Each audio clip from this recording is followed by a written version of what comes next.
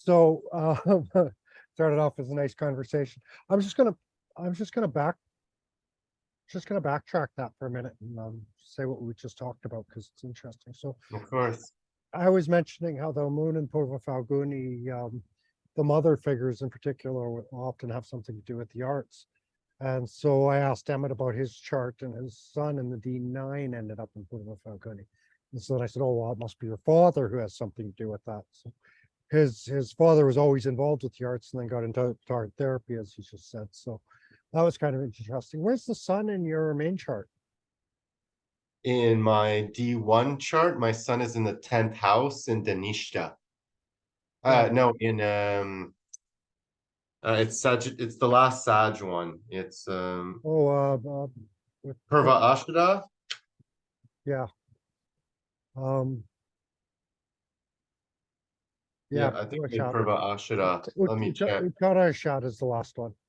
Purva shot is the middle part, or most of it. So Uttara shot, I believe. Let me double check though, real quick. Okay, anyways, I was just looking for that. Sidereal.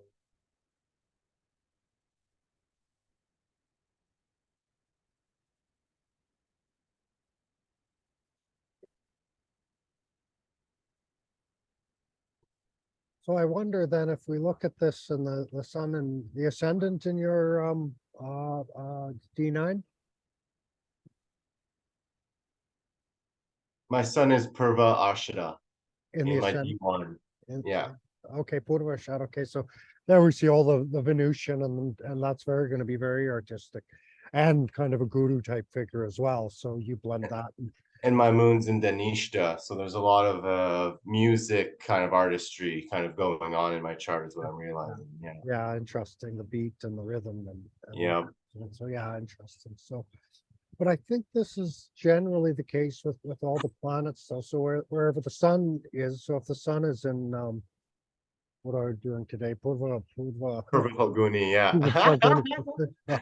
um, The double ones are hard to remember for me yeah, anyway. the Purvas and Uttaras, it's like you get them kind of Yeah, confused yeah, and you got to stop and think about those ones for a second. exactly. And actually it's interesting that that is the case with them because, well, they're Venus and Sun, and so especially the Sun ones are things you have to think about. There's a lot of that intelligence comes into there and that. But anyway, so Purva Phalguni then. So if the moon is there, the mother's probably going to be involved with the arts. If the sun is there, it's going to be the father. If it's Mercury, it'll be some of the friends. People will probably be involved in arts. Mars, it'll be like Mars and Mercury have some similarities because Mercury's kind of like that crew that you hang out with in a sense. And so that can be siblings. But then Mars is like the people that your competitors. And that can also be siblings. um, so those kind of figures. And so we'll get Venus, the women that you know would be involved with the arts. Where are we missing Saturn? Some of the elderly people that you know might get involved with the arts sort of thing like that. With Saturn there, because Saturn also represents the job and the career, our work. And so sometimes the work, when Saturn's in Purva Phalguni, we might get things related with the work, with the arts. Now, really the reason it relates so much with the arts is because well, it's in sun sign, it's in Leo, but it's the Venus, it's ruled by Venus. Here, let me just pull this up here now. So we can, sorry, it's not like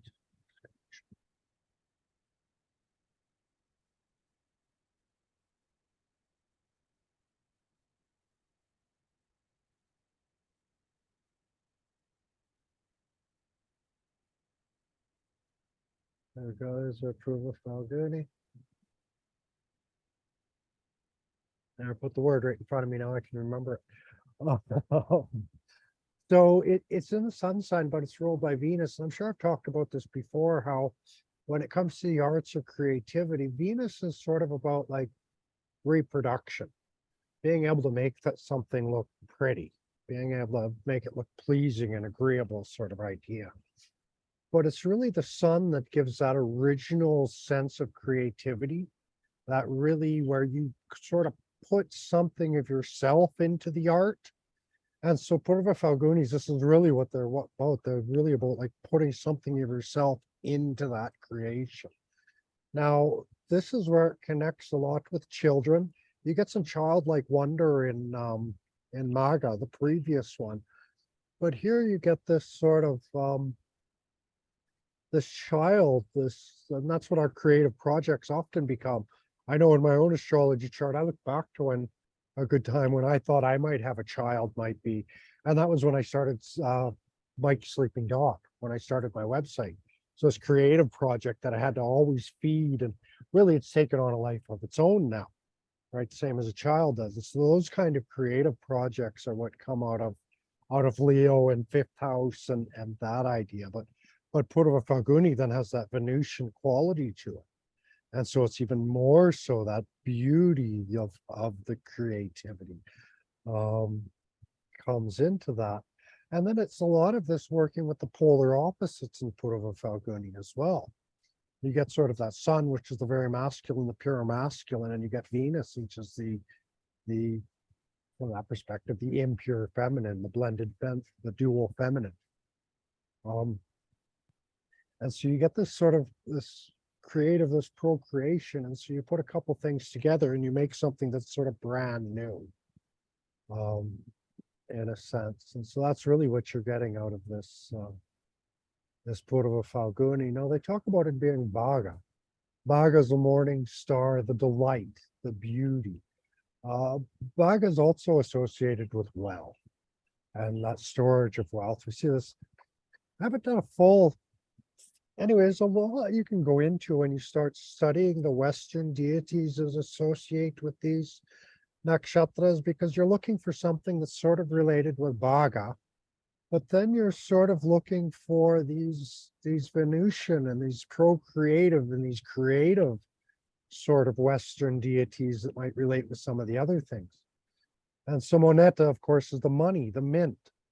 And that's in a way you make something new, I guess. On the other hand, Purva Phalguni is known for rest and relaxation.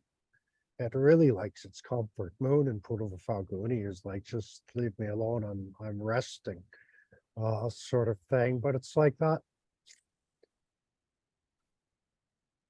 I've often said this with philosophy, and the arts are the same. To do anything really creative and original, you need a lot of time to just sit, do nothing.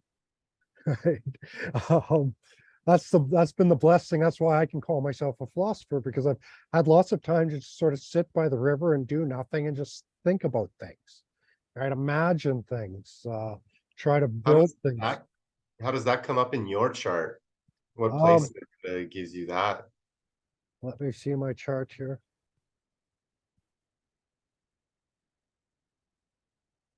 A lot of it, I think has to do with the watery sense of my philosophy. Saturn gives me a lot of that philosophy. Rahu in the 12th is like always got to get away and go away. A lot of sort of wasted time, money, and energy in a sense. But that's the travels. It's like that. Yeah, that makes sense. Yeah, some of those sorts of things. And Moon, really comfortable. I like to be privacy, and Rahu's giving me alone, and Moon's giving privacy. So there's sort of this dual wanting to just go off by myself, in a sense. The sun giving a lot of independence. And how is your MC in the 12th rather than in the 10th or the 11th? Um, That's because your 12th house is just like huge, basically, if we're looking at a. it is in a sense like my whole life it's become a whole foreign life. I laughed. I don't know if you're on Facebook, if you follow my Mike Holiday on Facebook, but I've just posted some videos on Facebook recently. I had really nice videos we've done here in Toronto with some people, interviews and things like that. You've heard it all before, but for most people it's new. Um, Yeah, I saw one of the videos. Yeah. yeah, so there's another interview I posted yesterday with a guy I did. Uh, but I laughed, like all the people that liked that were all, it was like all like right away, there was like 6 Indian people liked it. and commented on it, commenting in Hindi. And so much of my life has gone foreign. That's what I'm known for. That's my reputation. Because MC has to do with our career. It has to do with 10th house things, actually. And so everything has gone foreign. Gotcha. So, yeah. Um, I asked the question because like my son in my D9 is Purva Phalguni, and I can definitely see my life is becoming more like, yeah, I gotta sit back and relax and do nothing and think. And like if someone's like calls me and like, no, I'm on relaxation, do nothing time right now, like you don't get my energy right now, kind of thing. So I thought it's interesting that we both have this dynamic, but slightly in different ways of interpretation. yeah. I get my ascendant in D9 also goes Ravati. And so that's a lot of like going off and dreaming as well. Rahu's also Escaping the 3D reality, really, at the end of the day, right? yeah, Okay. exactly. So all of that. And then you can see a bunch of Purva shadows on the Amsha. I Gotcha. really start to, at this point in my life, I seem to be associating a lot with my Navamsha. That makes sense. It's kind of what they say, right? When you get older. So I guess I'm getting old. Good job, Mike. You're following astrology. Yeah. Okay. So then we get into some of the other symbols of this. This relates, I think, with Moneta and the minting of money. You get the fireplace, you get that heat of the sun in here. The Shiva Linga is very important. Again, that's where the two things become one, because when we think of a Shiva Lingam, the yoni, it's usually an yoni. We're not just thinking the Shiva Lingam, actually. So it's this combination, that Shiva and Shakti, the yin and the yang. This is almost where they're coming together in Purva Phalguni. Again, that heat, you want to keep a Shiva Linga cool, you pour milk on it and you wash it with honey and do Abhishek with Shiva Lingam. What's Abhishek? Abhishek, it's just the mantras and the shlokas and the like washing the Shiva Linga with milk and curd and honey and ghee and whatever. It can be just like pouring water on the Shiva Lingam and reciting mantra. But you can find that online, Abhishek. You'll see all the steps to it there. Maybe I've even have it in here somewhere, I'm not sure. There is something of the platform in here as well, and that is like, well, this is the stage part of Leo, is in Purva Phalguni. So they get up on the stage, they get that spotlight. There's the hammock that relates to the sort of like, they just want to like lay back and relax and chill out. I don't know, you're kind of laughing, so you must be a hammock guy. Or maybe your I'm dad. a hammock guy. I have a Shiva lingam that I pour water on every day. Like all of this happened after 30. So yeah, this is resonating like too crazy for me because yeah, I've got my hammock right here. Okay, there we Like, go. So we'll call you Pooba. yeah. It's one of Baga's nicknames.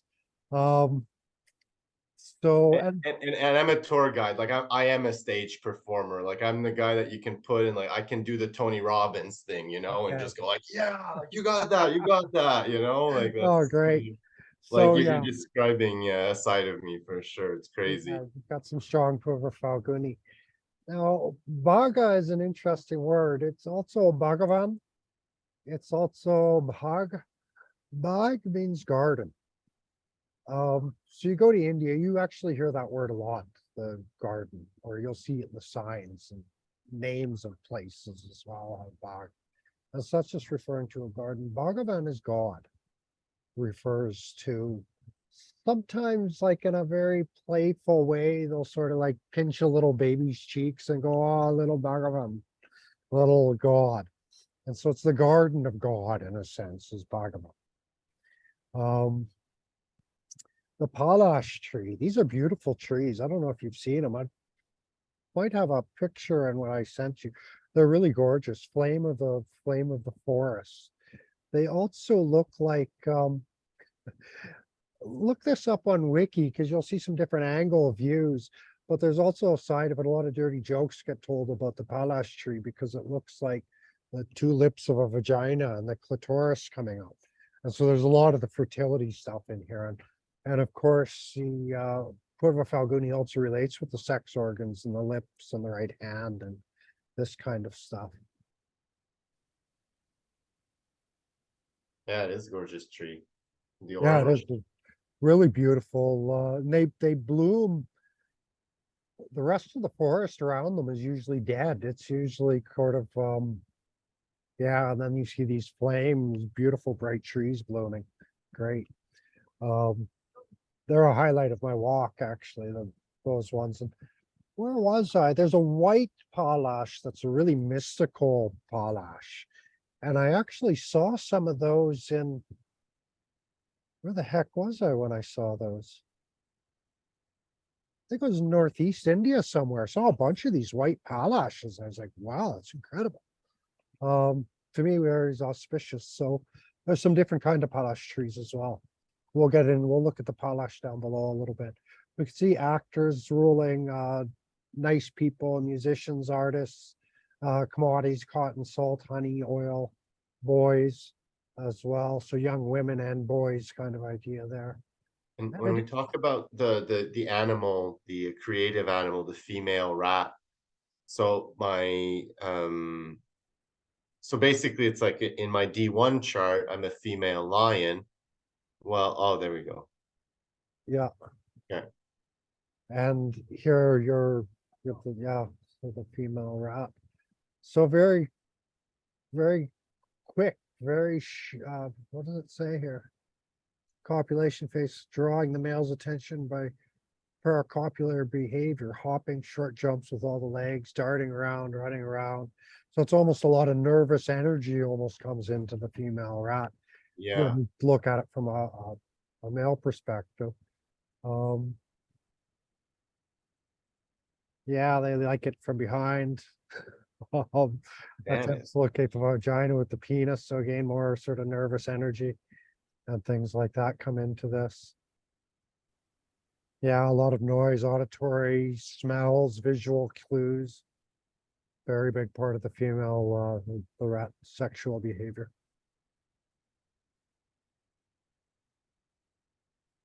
And then it's like when you're like if you're doing a relationship chart, you're looking you are trying to pair like the animal sizes and the animal types and the gender Yeah, essentially. well, the tiger, the lion, they eat rats. Yeah. And so, like, if you get if you get a tiger and a lion person with a rat person, the rat person is going to feel like they're being eaten. They'll feel it is a very sort of aggressive thing. And so that might even be the kind of relationships that say maybe come to Me Too movements where like, oh, she agreed to this, but it was like just more than like that person, that rat person just felt overwhelmed. They, Right. right? Right. Um, so you will get those sorts of things also in the sexual relationships this way. Right. And then like you'll get someone who like let's say a female rat and they go around spraying their spray and doing their smells and it Yeah. attracts a male lion or something. And then like the female rat doesn't see what they're doing kind of thing, right? Yeah, well, you'd get a lot of these sorts of things. Yeah, these different things. Gotcha. And then if the man is well, they generally say it's like if a man is a female animal, they're going to have a little bit, some issue with their sexuality a little bit Right. because they don't have that masculine Yeah. drive sort of thing. Yeah. But anyway, so even if you had a man who was, say, the male rat, and the woman was, say, like an elephant, for example, well, chances are the man might have a small penis, and she's an elephant. She'll probably have a larger vagina. She's not even going to feel it. She's not even going to know there won't be any pleasure there. Interesting. And so you get that also relation with girth and size of the sex organs as well comes into play with these. So And the Mars and Venus have an aspect there as well, right? Because I know for me, like as an example, like in Western astrology, like someone with a Sag Mars, male or female, is generally going to have larger genitalia. yeah, well, So, there's some things there. Um, okay. Saturn brings length to anything as well. Jupiter will bring a sort of size things as well, all Right. have expanded. Yeah, all of these kind of things. We can go into that. Anyways, there's a lot that can sort of be said about that. Look into the eighth house as well for especially for the vagina, maybe the seventh house a little bit for the penis. Um, because the eighth is more the internal sex organs. Anyways, the female sex organs, and the seventh is more the external Interesting. sex organs. And that makes sense too, with the Libra ruling the seventh and Scorpio ruling the eighth. Yeah, But based generally, because Libra is about the outside appearance and how it looks, also being yeah. that male energy, whereas Scorpio is kind of that female internal. And Venus is the Shukracharya. Venus, women rule over male sexuality. And Mars rules over, has a lot to do with the ovulation, with the menstrual cycle. He's the blood, he's the bleeding. And so he has a lot to do with the female sexuality. So it's even that way. And Uh, and it's interesting how women rule over male sexuality and men rule over female sexuality. Kind of right, interesting. There's a lot I still haven't thought about in that topic, but there's a lot there, I think. Um, right. Here we get that Palash tree, good for pain relief. Of course, the Pitta nature of Leo, they're going to have some inflammation. That's an Oh, it shows anti-fertility. Palash, and so it can decrease the fertility used for what would you say, kind of a birth control type thing. However, high doses cause abortion. Male rats, it actually acts as aphrodisiac, and so that's kind of interesting with the Palash. It's kind of a lot to do with the fertility cycles. The libido really seems to be at play with this medicine. Um, Treat worms and things in the stomach. Tonics for the liver. Of course, the liver is also usually related with Pitta. Bones is related with Sun, osteoporosis. Maybe it's the Venusian aspect of it relating with diabetes, the sugars, and the burning of that to a certain degree. The parrot tree. And so you think maybe Purva Phalgunis can also parrot and imitate things and that sort of stuff there. Yeah, so. Oh yes, the month of Purva Phalguni, that's big, that's festival month in India. That's like when it's all happening. Mahashivaratri. And this is, anyways, the exact date is going to change every year, so this is just an outline, but then the moon is full in Magha, Pratipad. It's interesting that we get International Women's Day in the month of Phalguni as well. Holi comes in, the color festival. I think the Palash, you can grind it down and make color from it as well, so it gets used in that. And so, yeah, very nice. That's a great month. That's one of the best months. If you ever want to go to India, that's like one of the best times to do it. March. Varanasi. Yeah, Varanasi. We go just before Shivaratri, a week maybe. Get that lead up there and then stay until Holi. And then find a cooler place. By then it's starting to get hot. So that's also a Shiva place. So it's a time you celebrate Shivaratri.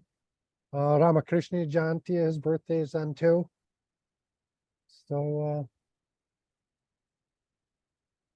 oh, this is a very nice festival too on the equinox in March. This is when the sisters celebrate brothers. So the sisters do a big puja and give gifts to their brothers, and they just thank them for being brothers and things like that. Really beautiful, beautiful festival.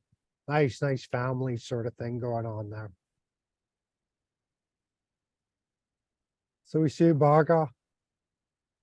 Again, he fosters that affection and the sexual passion between sexes. You can see this is a theme in Purva Phalguni over and over and over. This kind of the procreation, all of that, family inheritance, all of this kind of thing comes into Purva Phalguni.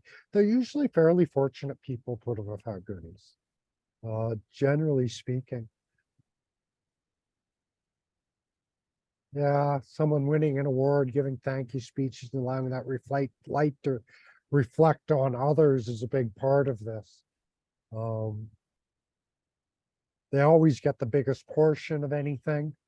So that's also like oftentimes they're an elder sibling, you would think by this, because then they're gonna get the largest portion of inheritance. They'll get that the biggest slice of the pie kind of thing. It's like, I noticed a lot of these Purva Phalguni moons kind of depended on the placement, but a lot of them were like the star baseball player in high school, the star football player, the most popular kid here. Um, and so they're quite fortunate that way. They get a lot of attention put on them, really. So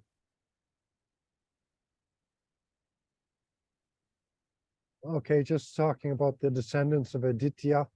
And so Bhaga is actually one of the sun gods. Uh, that way as well. The 12 Adityas. I must have Bhaga in where is it? He must be involved in this.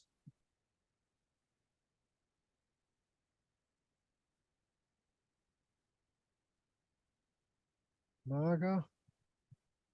No, he's not involved in this. There's a whole bunch of different you'll see a bunch of different lists of the Adityas. But it's interesting. Bhaga, I don't have him. I don't do my worship to Bhaga. Maybe that's why I'm still so poor. I'll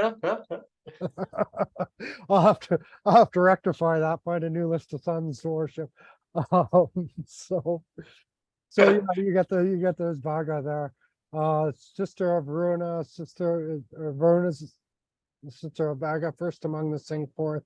Joyous. He's related, I think in Western, you might even get related with some of the Psalms from Western perspective, this nakshatra as well. They talk about the singing force of Bhaga.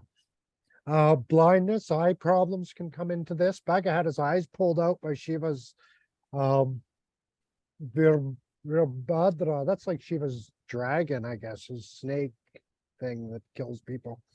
But when he attacked Daksha's Yagya and destroyed the Yagya, can't remember what Bhaga did. Maybe it's here, maybe. Who had been moving his eyebrows while Bhaga was cursing Shiva. He had his eyes pulled out. So yeah, careful with your eyebrow movements, man.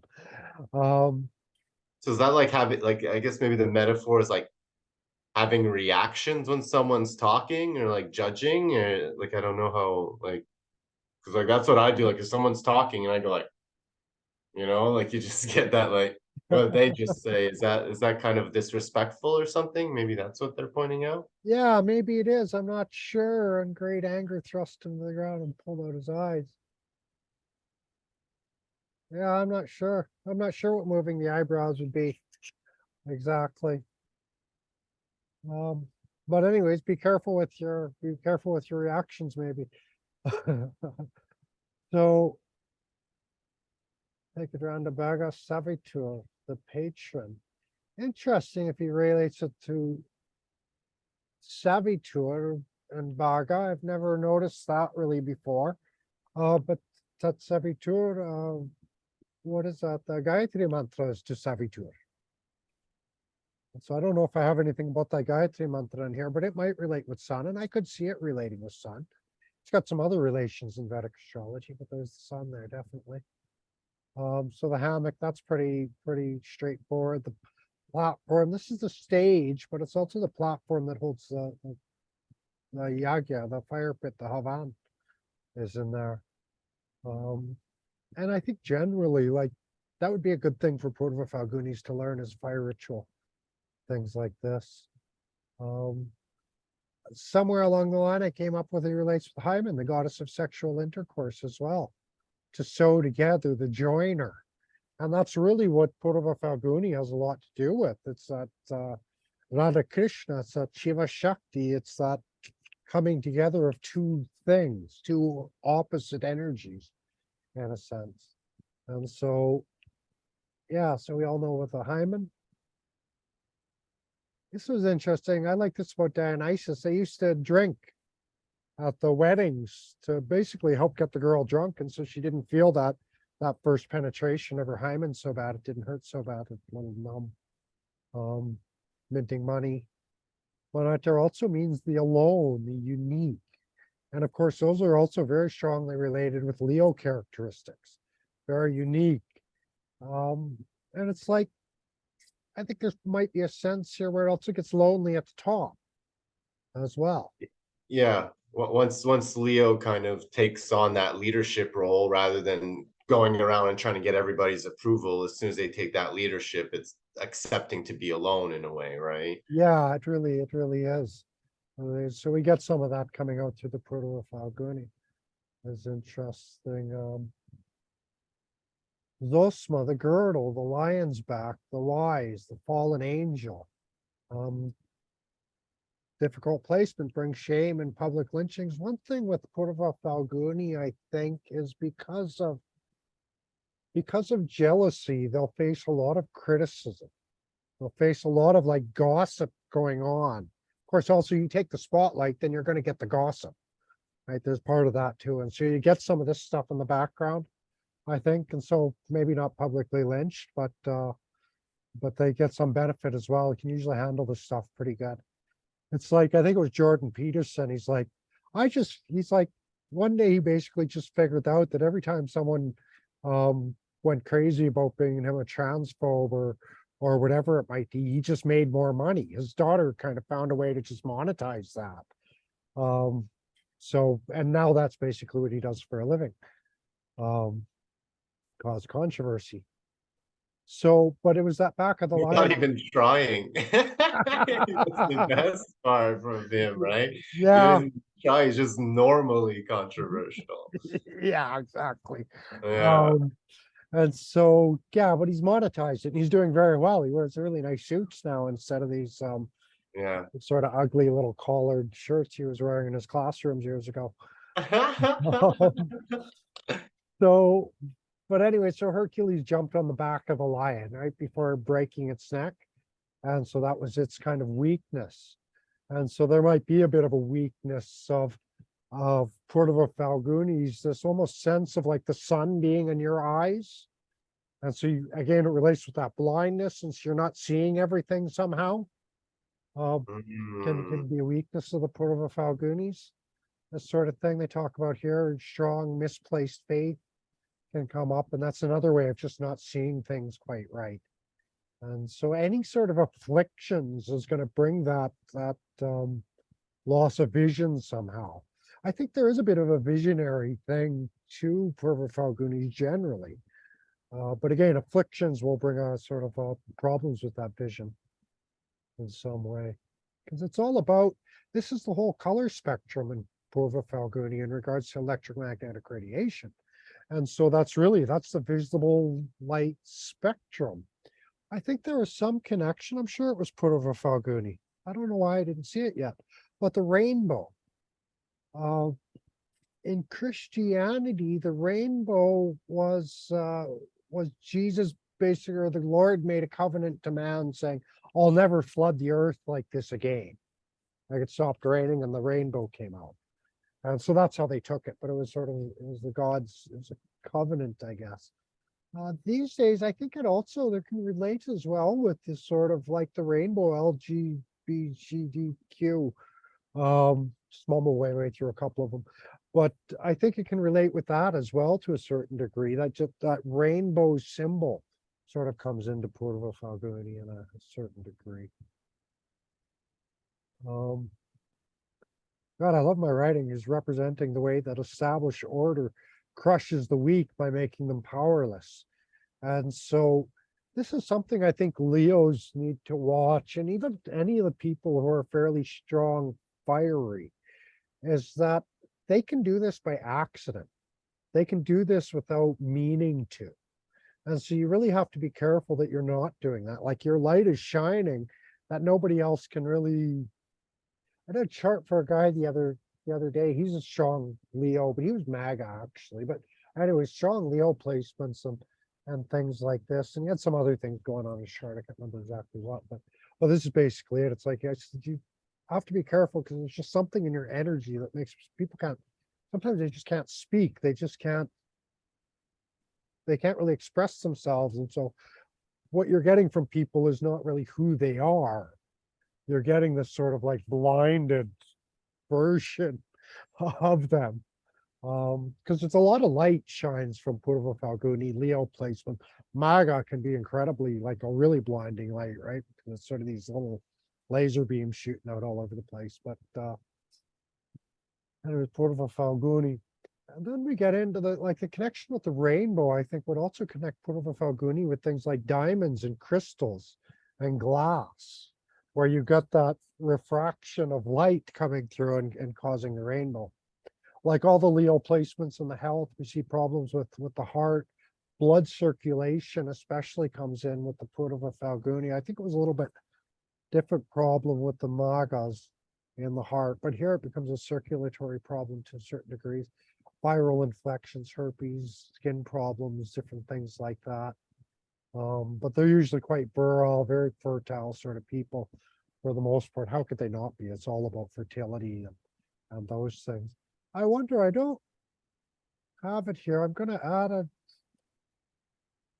because this is all about fertility. And so I imagine if there was some malefic influences on Purva Phalgunis in a chart, that they might end up having problems with fertility. That would make sense to me. Research is half theory, right? You get these ideas and go, oh, what about that? You gotta But start somewhere. Yeah. yeah, and so next time I go over this, I start to look for that in some of these charts. I'm thinking like maybe Saturn and Purva Phalguni. And so let's skip ahead and check out my theory.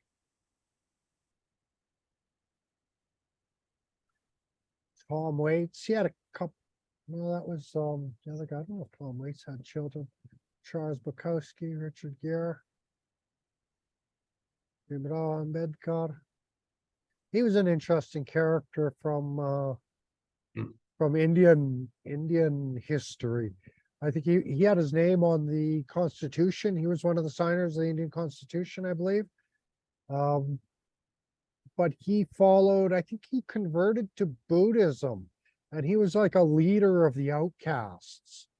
And so he kind of brought dignity to the outcasts through Buddhism in a sense, or anyone that wanted to get out of the caste system. A lot of people did convert to Buddhism through him just to get out of the caste system. But it was a very political Buddhism for that purpose. It wasn't what we think of as Buddhism. Oh, I got a lot written here on Saturn and the Purva Phalguni, but I want to just get to the names here. Let's see, their fertility. Pierre Trudeau obviously, unfortunately, had a child. Yeah, I don't see too much. Well, I do see Jetta. She's got a couple children. No children, no children. No children. No children, no children.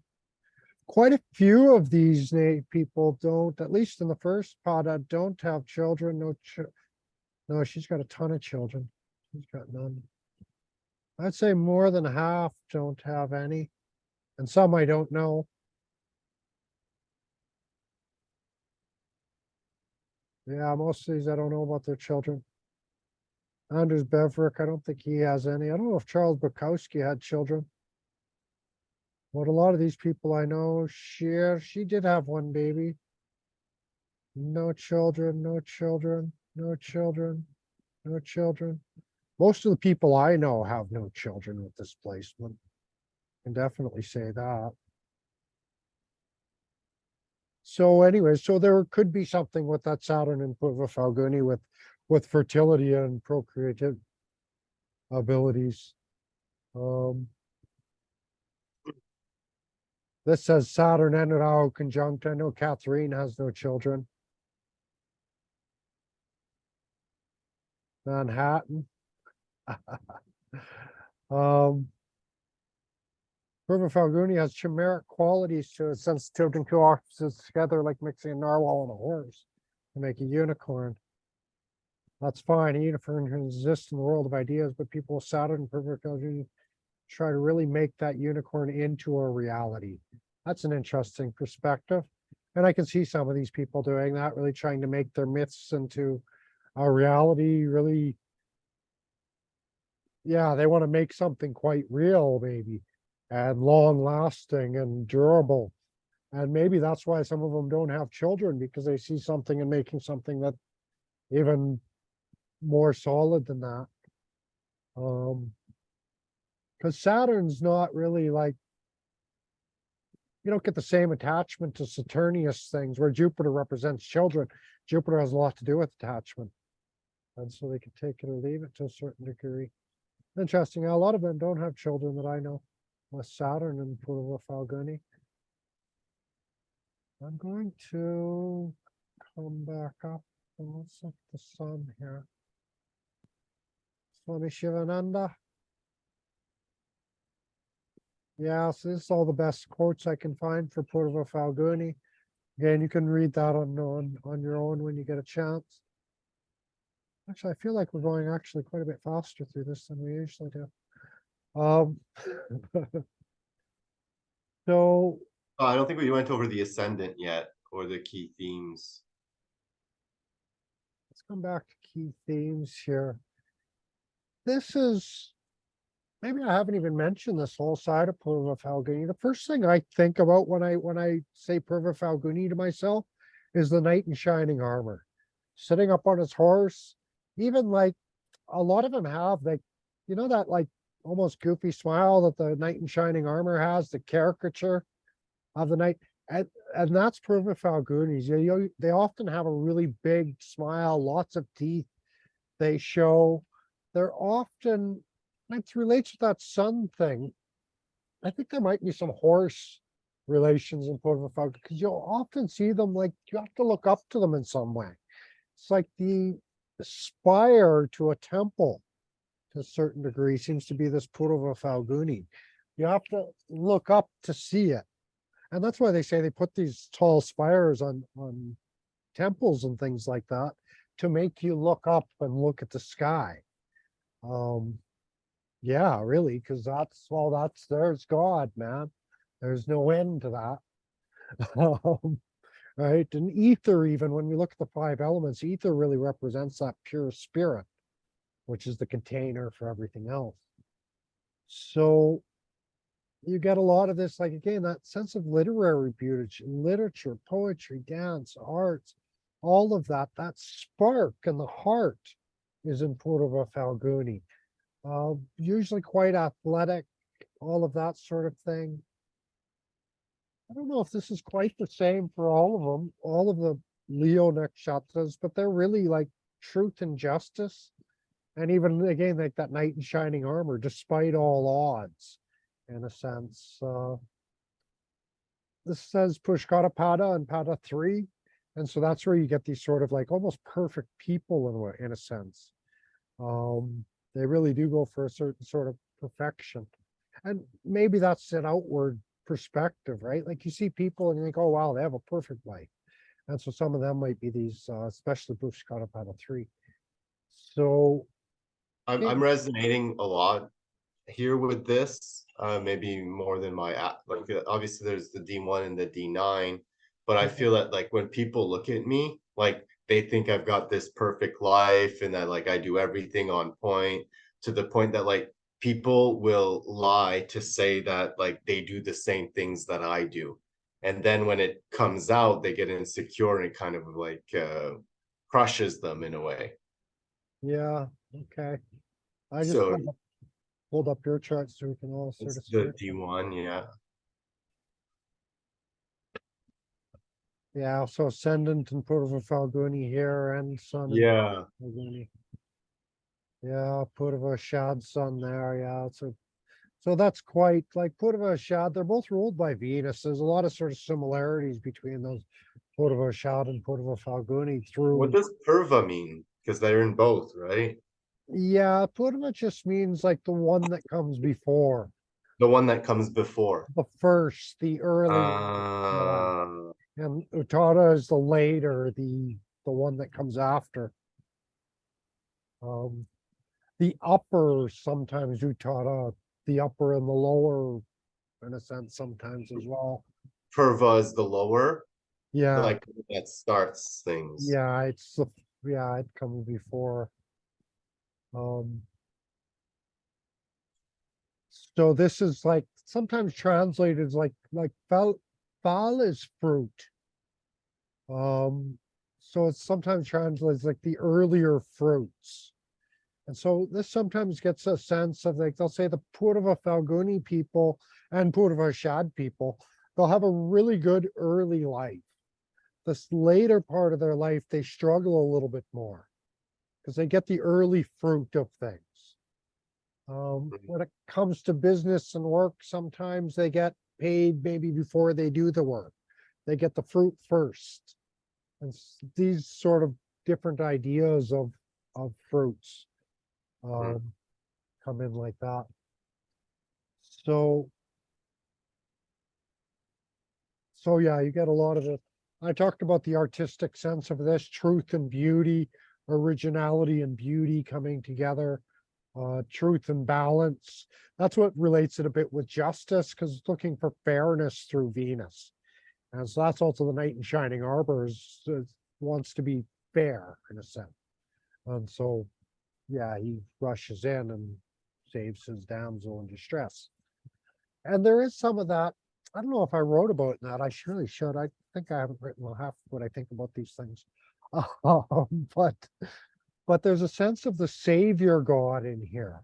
And so I think that relates as well with Christianity to a certain degree, and even Jesus and being a savior God, Shiva being a savior God, Krishna is another God you can look to, and he'll save you. He'll help you. Mahamrityunjaya mantra by Shiva, that's like you overcome fears, you overcome death. He saves you in your time of need. You can sort of turn to that. And so these people as well get looked at as like again, the knight in shining armor, someone who could come in and rescue me, someone who can help me. There's always a duality to this, because I think there's a certain portion of a person's life where they look out and they're looking for that savior. And there's a certain portion of their life where they might be looked at as a savior. Right? So there's kind of both sides will come in, depending on placements and different things like that.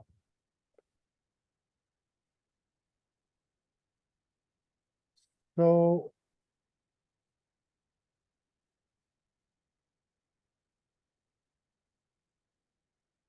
they blend reality to get a higher truths in the same way light reflects through the prism, allowing us to see the rainbow rather than just illuminate the things lit by the light. So that's an interesting way to look at this rainbow. What the rainbow is showing you is the light itself. We don't normally see light. We see the things that light illuminates, right? But we don't really see the light itself, generally speaking, until we see the rainbow, until we see that reflected presence. And so there's something that can be meditated on in that regard as well. A chance to sort of see the spirit, maybe to a certain degree.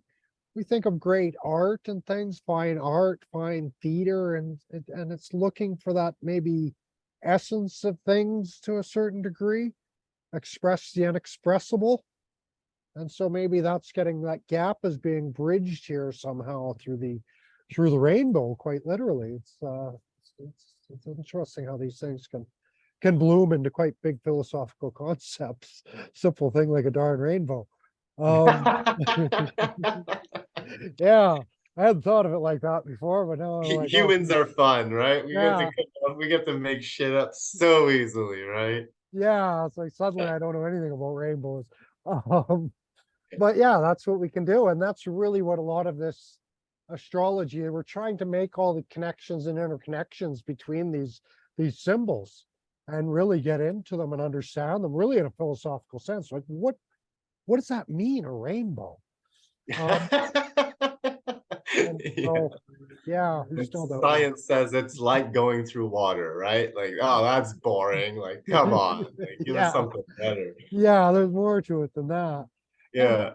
well, that's a good way to put it. You got the sun, which is the light, and you've got Venus, which is the water.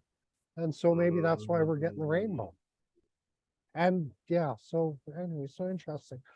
So And that would be also like the sun represents the ego and Venus represents the values. So when you combine your own values with your own ego, you can create this rainbow kind of thing.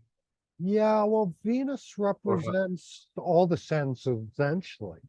And the so, senses, right? Yeah, yeah, yeah, and the way he's a guru of Maya.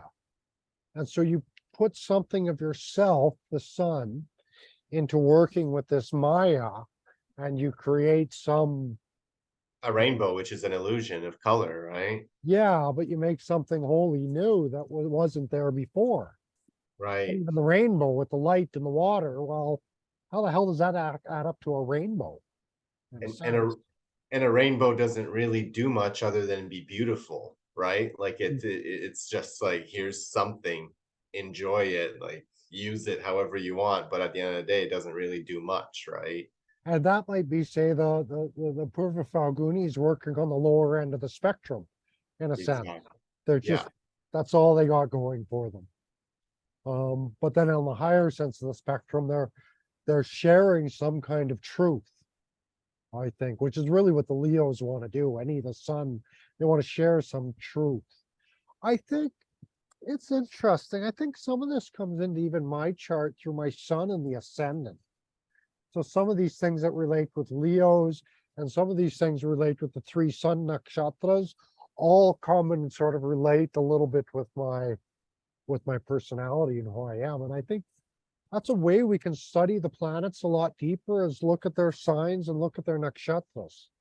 And we'll get to see some different faces of these planets. And I think they're still like, I have so much research to do. I don't have time for that, but there's a lot that can be found just in sort of putting all of that together. Um, so how the clear light of an individual birth chart will affect the truth they're reaching for, and these how much to say about the beauty they're capable of. In any case, they'll inspire others. Not even put a period on that. Look at me. Wasn't done thinking yet. It can easily resolve into this selfishness, this egoism, taking everything quite personally, basically putting themselves in the center where they don't belong. And so that's any Leo, any sun, sort of powerful suns, you could say that about them. They need a lot of that attention. They can sometimes, if it's afflicted, seek that in the wrong ways. Very sexual.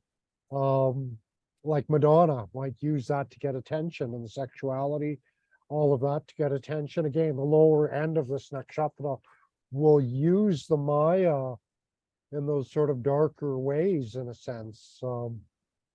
Especially if Mars and Venus are working together in the chart somehow. So this is where people get working with some kind of sex tantra, worshipping procreative actors represented by the Shiva Linga, seek to create something new, bring opposites together, the way man and woman come together and make a baby.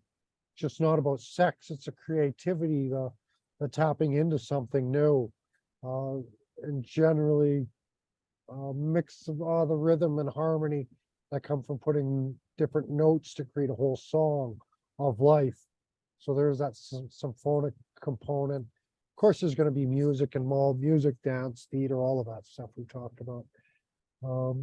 But it's much greater. It's sort of like you're putting together something that's greater than the sum of its parts. Again, this is what I'm always telling people with the astrology. It's like, well, what should I take from this? And it's like, well, realize that you're not the sum of your karma. You're more than this astrology chart, and try to connect to that who you are. That's more than this. And that's really a lot of the sun placements are really trying to get people to reach, to see something more, to unify, really. Sun and Venus both work in that unity in different ways.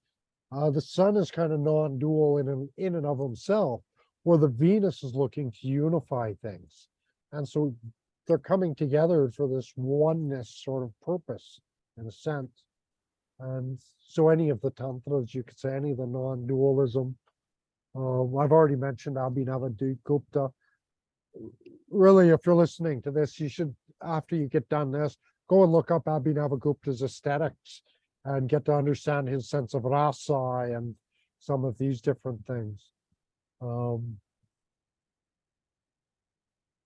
I guess this is like a Purva Phalguni who's like, I don't know, do you use like a shadow side of the like positive and negative, or how do you kind of differentiate like the positive Well, expression versus negative expression? well, the positive expression, again, it's going to depend on maybe the house it's in and aspects that the, whatever the moon or what planets are there will give a more, like Rahu in Purva Phalguni is more going to bring out the negative expressions of this. If the moon is there and getting some negative afflictions, uh, depending possibly on the placement of like of Saturn and Venus, the rulers of this. If they're poorly placed or getting bad afflictions, they might bring out the worst of this. The highest expression of any of the Venuses is basically like high art, high literature, high theater. Really, like I said, Abhinavagupta's aesthetics, the master of aesthetics, of literature, the master of the arts is the highest expression of this. And then the lowest expression is going to be more like crass sexuality sort of thing. Yeah. So So like maybe the best way to break it down would be like the Ayurvedic way of tamasic, rajasic, or sattvic expressions of the yeah, signs. that that would be a good way to look at it. Yeah. I Um, guess what I'm well, kind of wondering is that like a sattvic expression of Purva Phalguni where they are satisfying themselves, they're illuminating the greater truth, whereas a tamasic version would just be giving their truth, right? And then trying to yeah. shine that light out onto people, or is that kind of how you would Well, differentiate the well, two sides of, or the yeah. two? Well, the higher expression is going to be that leader who shines their light on those around them.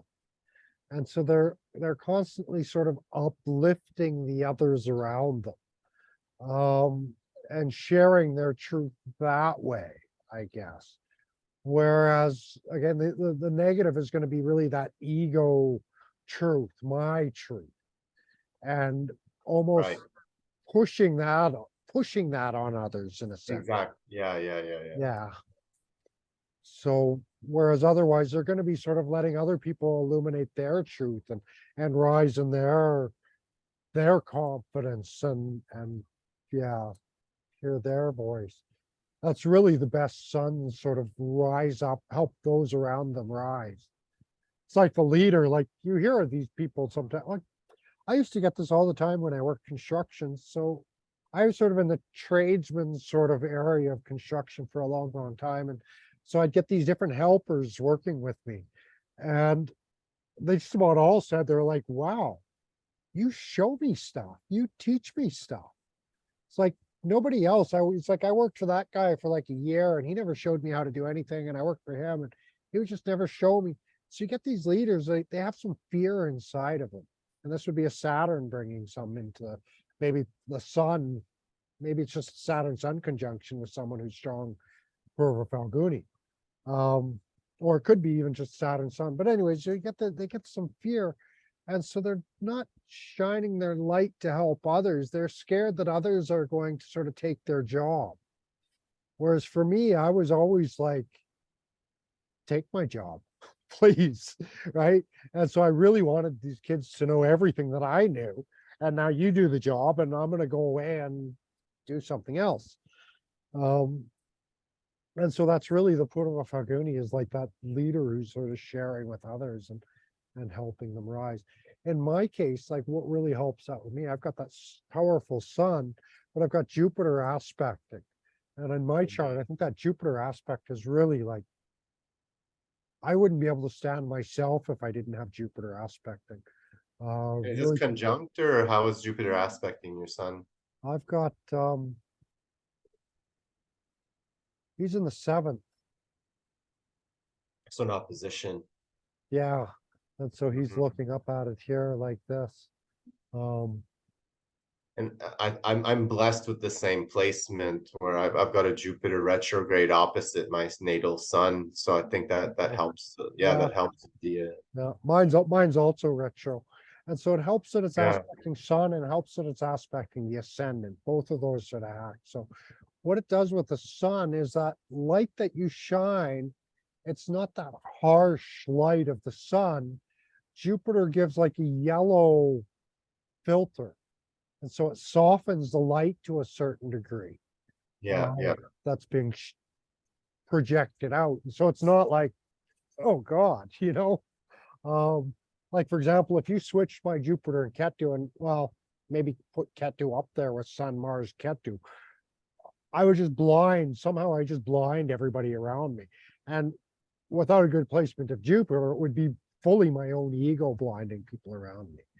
If it was still with this Jupiter aspecting, God, I don't know, that'd be interesting.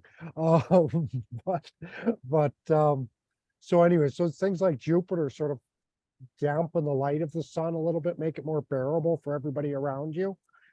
Because there's something there, there's some substance, basically.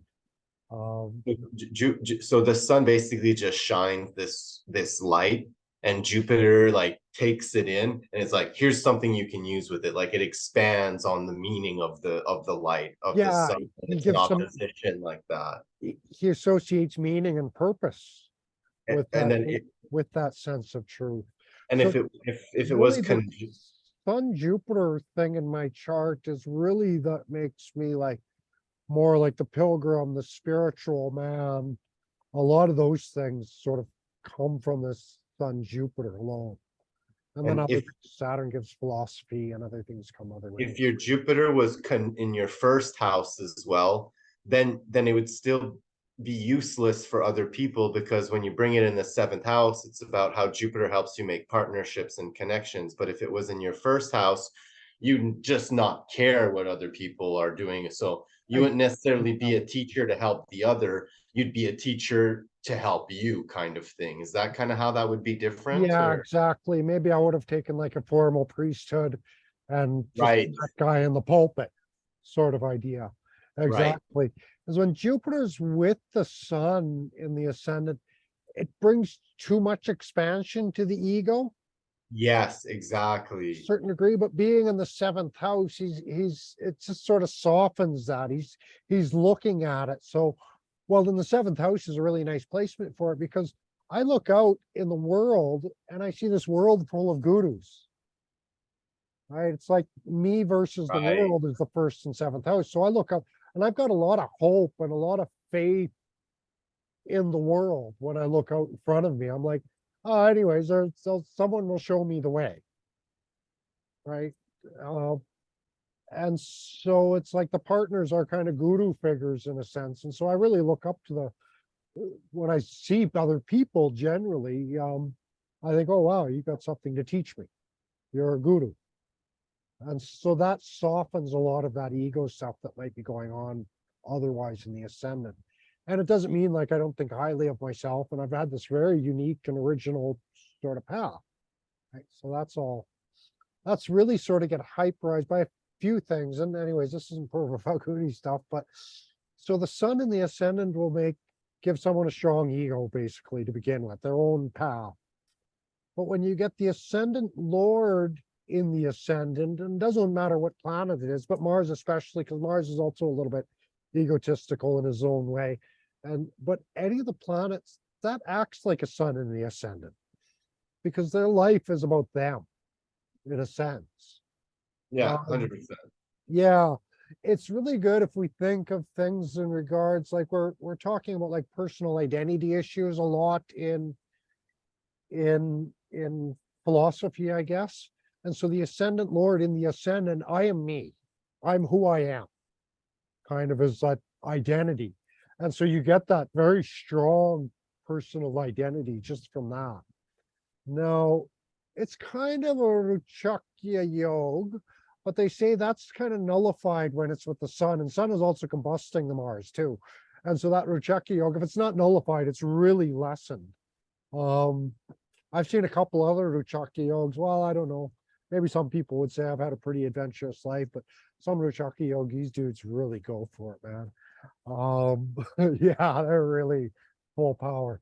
Um, And I see when you say like, as much as your life has been adventurous, I do see the conservative nature behind it, right? Like you're not ham kind of thing, you know? yeah, I'm not Yeah.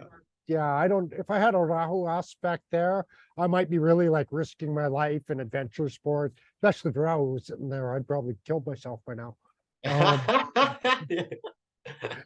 So yeah, those kind of things will heighten, um, yeah, heighten these sort of adventurous things, but sun sort of burns out that Rochakya to a certain degree.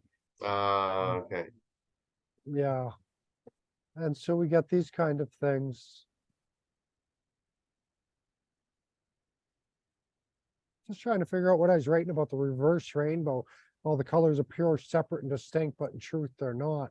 So maybe that's how the rainbow shows us light as all separate and distinct when we pass it through the prism. But the light is actually all those colors together. We can't see it. We don't distinguish. And maybe even when we think something like racism, that's the color blindness. And something like Ketu here could give a color blindness to Purva Phalguni. Does that, he can do that. Color blindness or cataracts, Ketu in the second house can give. And so other things relating to vision, I'm sure he would also affect that kind of stuff. Purva Phalguni lies in the visible light spectrum. Maga takes up the infrared spectrum. All this electromagnetic industry, very low frequency sort of radio waves, right up to, okay. So they can study sort of low frequency waves, particles. Purva Phalguni. Visible light sort of really represents both of those.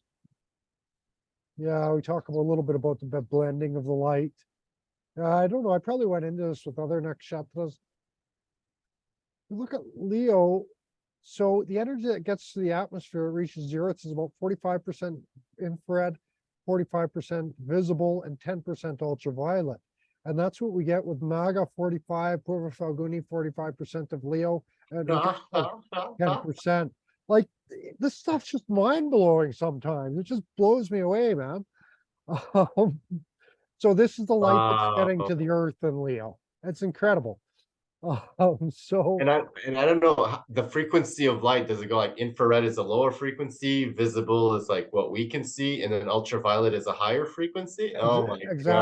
God. Yeah, exactly. What the So, heck? so that's what's going on with Leo. A What lot of the production heck? of vitamin D, and so a lot of vitamin D sort of stuff might come involved in this. Yeah, Ultra Phalguni, Uttara Phalguni. Okay, that's the photosynthesis going on in Uttara Phalguni. So yeah, we get these sort of very, very interesting things. Uh, all brings light, vision, illumination, intelligence all to the forefront for these people. Reflection of light from shiny objects. Partners can be seen in this way as shiny objects. They kind of like all kinds of trophies, awards, titles, little pomp and show in a sense. They like make very good MCs, also like dealing with all giving out awards and all of that. Yeah, a lot of the actors that had this we'll see down below, a lot of very powerfully placed actors all involved with those award ceremonies. Weddings, again, two people coming together in one project. Really good time to start something, a new business or any of that kind of stuff as well. Would be very good. Always keep in touch the higher reasons of what they're doing, why you're doing it. Act as instruments of God, not just for your own selfish desires. Show us that chivalry is still alive in this world. That's your job, man. I remember years ago, surprised I don't have more Purva Phalguni. Anyways, I remember years ago, just in my early 20s, I was bicycling. Anyways, I rode my bicycle everywhere in those days, all over the city. And there was some girl and she was trying to get some IKEA thing out of the back of her hatchback. And I could see anyway, she was struggling with this big time. And so I pulled my bike over. I'm like, hey, you need a hand with this. And so I helped her haul this IKEA stuff into her home. And that's what she said when I left. She was like, oh, chivalry is still alive. I never saw her again. But anyway, so the chivalry, we have to, Purva Phalguni people have to stop and take a second and help the old lady cross the street and just help the damsel in distress. So and anyways, very sexual. Venus relates with things like sexually transmitted diseases, problems with the bladder, problems with kidneys can come through Venus as well. That's sort of the progression of an STD, right? It starts as just a few warts on the penis, and slowly it makes its way in. Bladder problems, by the time you're old, you're having kidney problems from that. So STDs can be more serious even than what they talk about. So even herpes gets mentioned here. Back problems also come. Just sitting around, laying around too much, laying down, laziness and things like that. They really have to watch those sort of ideas. So, oh, wonderful. Robertson Davies, love affairs are for emotional sprinters. The pleasures of love are for emotional marathoners. And so Robertson Davies wrote a lot about love like this, and the sense. He was a great, one of my big gurus. Bob Dylan, another one of my gurus. I can say, may you grow righteous, may you grow up to be true, may you always know the truth and see the light surrounding you, may you always be courageous, stand upright and strong, stay forever young. I think all the Leo nakshatras have something, that youthfulness. I'll say, stay forever young, man. That creative, that yeah, just observe the world around you and figure out something new from it, triggering the imagination. So wonderful, wonderful quotes I got out of the Purva Phalguni people. Paramahasa Yogananda. So Well, Leo's the sign of children, isn't it? yeah, Leo's children as well. Yeah. So the MAGA part, you get the childlike wonder, and Purva Phalguni, I think you get that childlike creativity. So very close, but there's a subtle sort of slight difference from Ketu to Venus in a sense. And then the last part of it, and you'll find this with just about all the sun nakshatras. The first pada is the sun nakshatra is in one sign, and so you get that Leo and Sun in the Uttara Phalguni, but it's also usually a Pushkara pada. And so those people born in the first pada of Uttara Phalguni or the last pada of Leo get a lot of special Leo characteristics, a lot of special sort of Sun characteristics, like real boss, like they're the big kahunas. So like that. Interesting to see someone like Mick Foley. I don't know if you ever watched wrestling. I used to live with these Newfoundlanders back in my construction days, and so they were all over the wrestling. And so Mick Foley was this guy. He would like, oh, he would let him wrap barbed wire around his face, and he would jump from the top rope onto a bed of nails and tacks, and he was just always bleeding and always scarred up, and oh, he just took all the beating in WWW wrestling back in the day. He wrote a autobiography. It was great to see all my wrestling loving friends reading a book. They all read it. So that was great. Mick Foley, well, Purva Phalguni. So there was some literature maybe in his book as well. And even some literature in his life, in a sense. I think that was really his, although he was quite brutal in the way, he would almost do anything for that creativity, for that originality, in a sense. He probably has some gesture placements as well, do the things other people didn't want to do. But it was a performance art. That's really what WWF was, but he really elevated it to a fine art, in a sense, World Wrestling Federation stuff. So then you get someone like Celine Dion, beautiful singer, went to Vegas and became a Vegas singer, and again even rose like pop music up to a fine art in sense with her voice. Really lovely voice she had in the Disney stuff as well.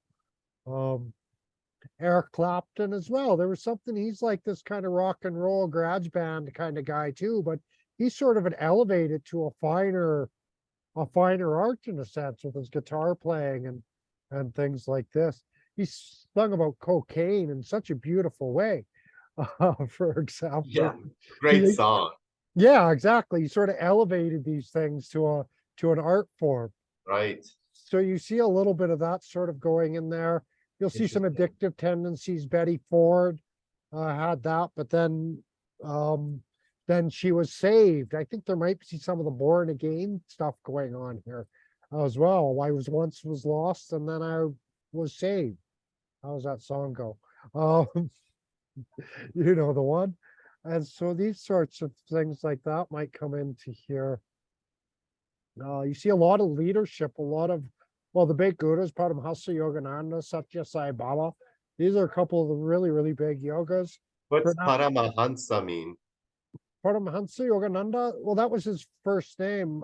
Pada is the pure. Hansa relates a little bit to hasta, the laughter, the hand, maybe Hansa. The roots are kind of like that. Padam, uh, Padam, Padam is like pranam a little bit, in a sense. It's yeah. I asked the question because my meditation guru gave me the name of Paramananda. Mm.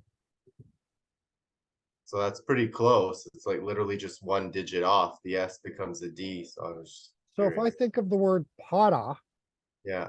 I think of in Kashmiri Shaivism, you've got the three deities, the three devis, the trika, and you'll see the triso with three goddesses over each spoke, and that's pada, apada, and para apada. And so the pada is the pure one; she's the highest one, and the apada is the impure one, and the para apada is the pure impure, the middling devi. So para is that highest Devi, the purest Devi, the Sarasvati of the Devis. Vach, even. Yeah, anyway, so it can relate with a lot of things like that. So, and then Ananda, I'm sure you know Ananda is bliss. So the highest bliss became your name. Oh, cool. Yeah, yeah. So that kind of thing comes in. Yeah, there's a couple of like I know a few of these people are musicians. Scott Cook is a musician. Um, Zoe, oh yeah, Zoe, she's an astrologer, a Western astrologer. But if you Google me, you'll find me. She listed me on her website as one of her gurus because we spent a year, a summer or whatever in Varanasi. I was teaching her Vedic astrology, and yeah, I used to really like that. I'd find that Google. I didn't know until I Googled my name. I was like, yeah, that's cool. Um, so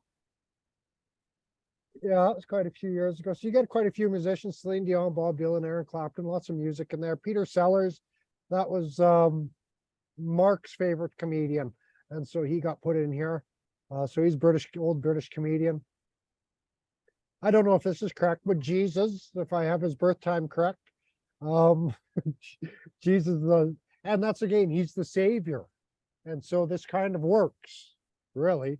Yin Sun Sin, he was a naval commander in the Korea, big time naval. Marcus Aurelius, I'm sure you know him. You get some more musicians here.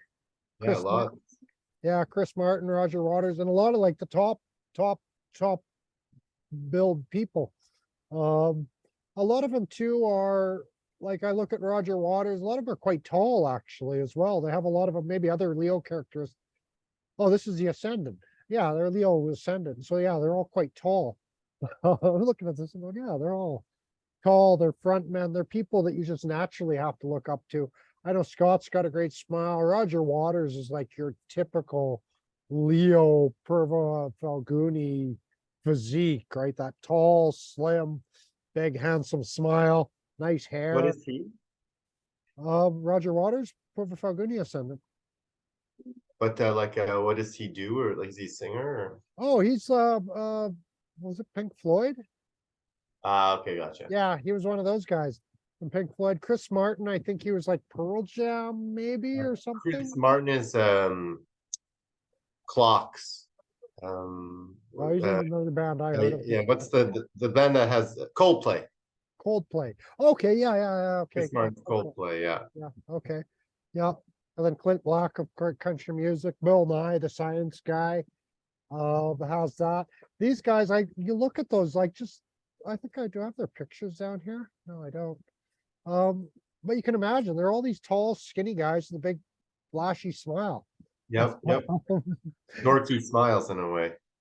Yeah, yeah, they're so yeah, Neil Farg also the same. Andrian, interesting to see her with this ascendant. I don't know if she's that tall. But actually Alex Georgia wasn't that tall either, but still slim. Um, Daniel H, he was a photographer.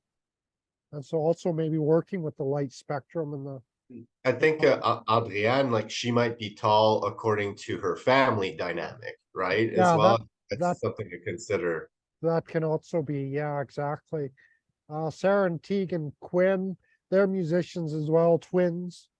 Um, Yeah, they're triplets, but Quinn is out or something like that, right? I know Tegan and Sarah are the singers, but I thought Quinn was like the third one out or something.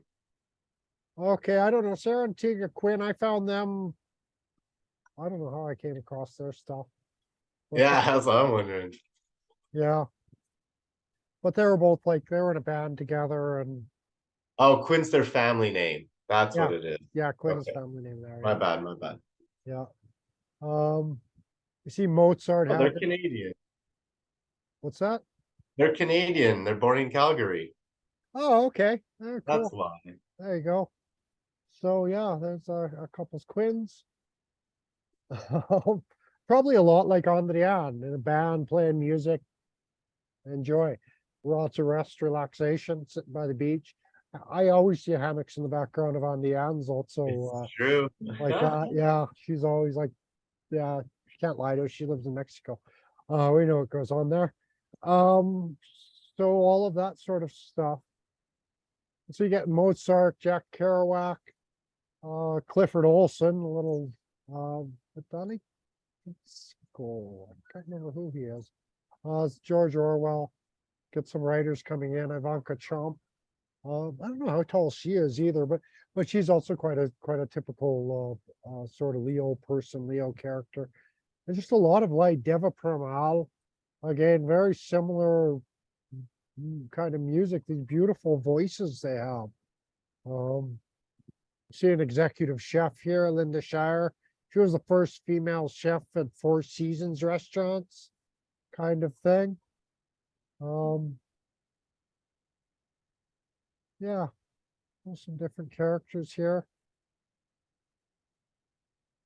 Kalia. Oh yeah, yeah, he's got a yeah, he's total. Yeah, okay, he's total Purva Phalguni. I can see that. He actually works with Kalia works with fragrance, like smell therapy sort of thing, sort of stuff. Um, Getting the fourth paddle, Rembrandt, my favorite guy, Robertson Davies, Larry T. He's a yoga teacher. Um, Few military guys, but like this, Jennifer M, psychoanalyst, Brittany Halford. I got two Brittany's. I get them confused, but I think Brittany Halford's the one that owns a bar, and she was actually involved with a lot of like, well, maybe she was a bit of a prostitute in her younger days, and then she became a kind of a madame in a sense, but for like pole dancers and exotic dancers and what do they call them? Like the whole drag queen scene. She sort of became a manager within all of that stuff. So similar to theater type stuff. Robertson Davies, he started like all the theaters in Peterborough, and there's still theater festivals going on in Peterborough and maybe even Toronto that were started by Robertson Davies. He was very, very involved in theater in Western and Eastern Canada. Really started a lot of that stuff. He wrote a couple plays. I've read, I think, everything by Robertson Davies. He's a great, great author. Got some great looking books. Yeah, wonderful. A lot of trilogies. The Manticore, something like that. Fifth Business, like yeah, the Salterton trilogy, the Deptford trilogy. Really, really good stuff. Um, and even he wrote like he used to tell these every Halloween he would get up and give a speech. It would be his like Robertson Davies version of a horror story. And so this came into a book. It's really great stories, wonderful stuff. Usually making fun of everybody at the university and ghosts at the university and yeah, making up his own stuff. So I'm going to skip past the ascendant and we'll look at the moon here. Just go through this. You pass the sun. Oh shit, I did too. No, sorry, I didn't mean to do that. So we get to the sun, we get Shivananda has this. A desire arises in the mind and satisfied immediately when another comes. In the interval which separates two desires, a perfect calm reigns in the mind. So this is also Vijnana type, that point in the middle. That union of two things where two things are coming together. As is this moment freed of all thought, love and hate, complete peace equally arises between two mental waves. Venus nakshatras are going to be looking for peace. They just want peace, man. I just want that tranquility. Life is a pilgrimage. Wise man does his best by the roadside inns. A wise man does not rest by the roadside inns. So life, you're always moving, always keep going. He marches directly to the intimidable domain of eternal bliss as utmost destination. Put your heart, mind, intellect, and soul into even your smallest acts. This is the secret of sex. This is really like, these are the secrets to Purva Phalguni, really. These are, you want to express the highest quality as a Purva Phalguni, well, follow a Purva Phalguni guru like Swami Sivananda. Moral values and a culture and a religion, maintaining these values are far better than the laws and regulations. And so it sounds like he was a little bit more of a home culture to a certain degree. The moral values, the moral truths, maintaining those comes before the laws and regulations. Yeah, that's kind of like dissing Saturn, right? The laws and like, don't worry about that. Find the higher truths. Complete peace equally reigns between two mental waves, right? These are meditations we can all sort of take some time and practice, try to understand, contemplate.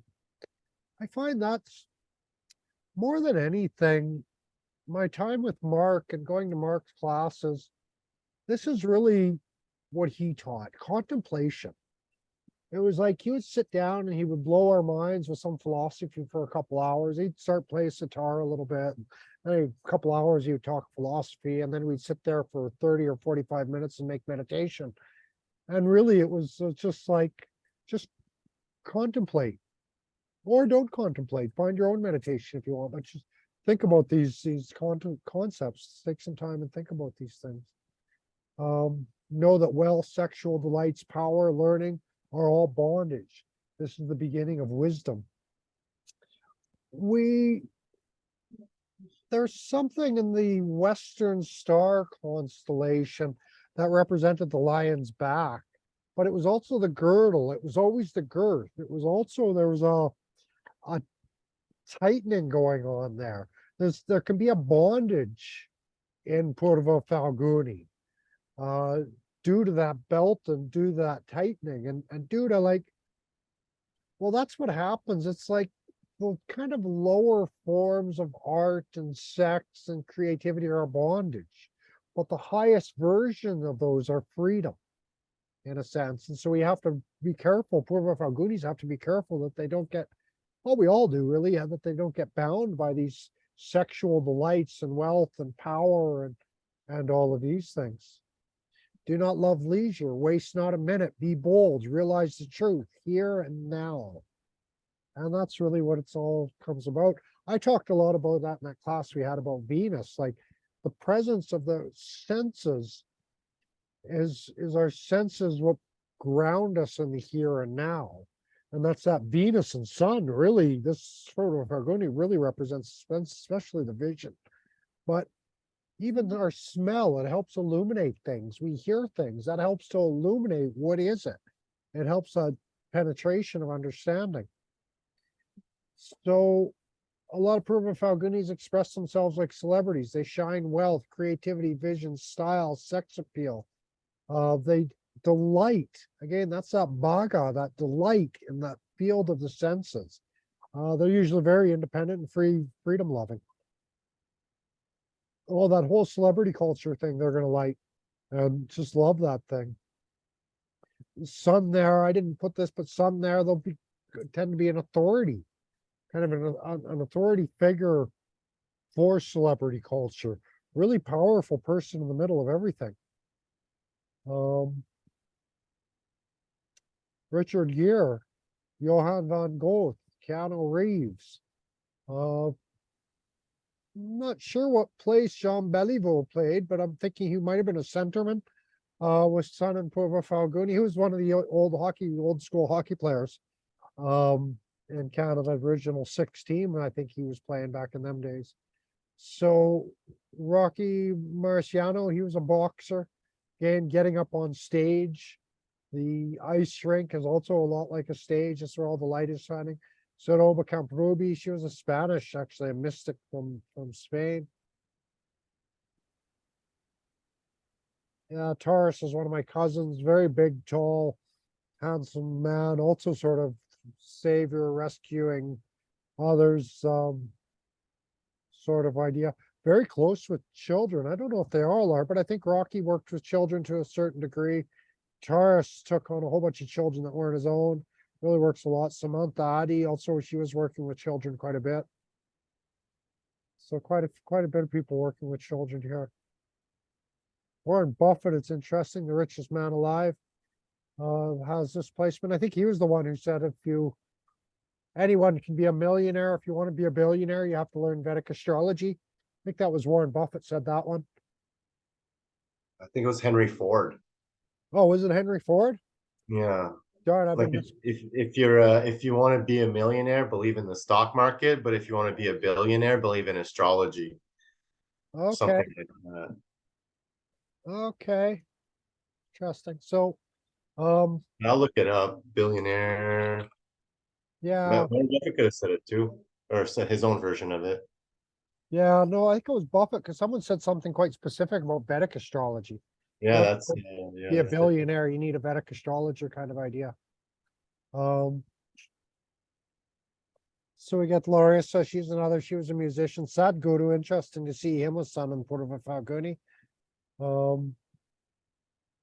That sort of thing. Atom engineer. Oh wow.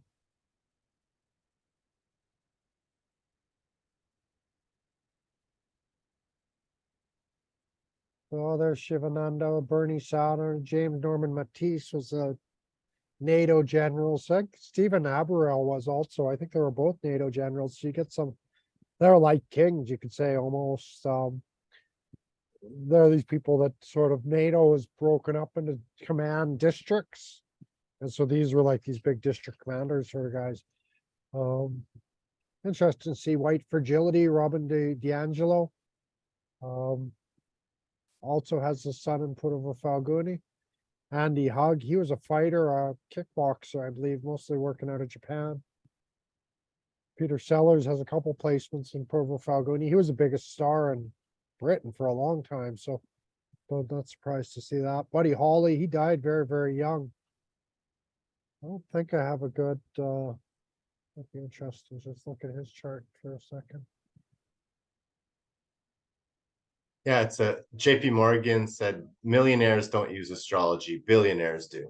Oh, Henry Ford. Okay, that's JP JP Morgan. Morgan. I can't find anything on Buffett in astrology. Okay. I've been misquoting that for a while. That's okay. Well, maybe he did say it. Just because the internet doesn't have it doesn't mean it doesn't exist, right? Exactly. Exactly. Don't believe everything you hear or read because, and I'm bad for that. I get good ideas in my mind, but I get them a little confused and then I put them back together and go with it. But I often say that's really, to be an astrologer, you have to risk being wrong a lot.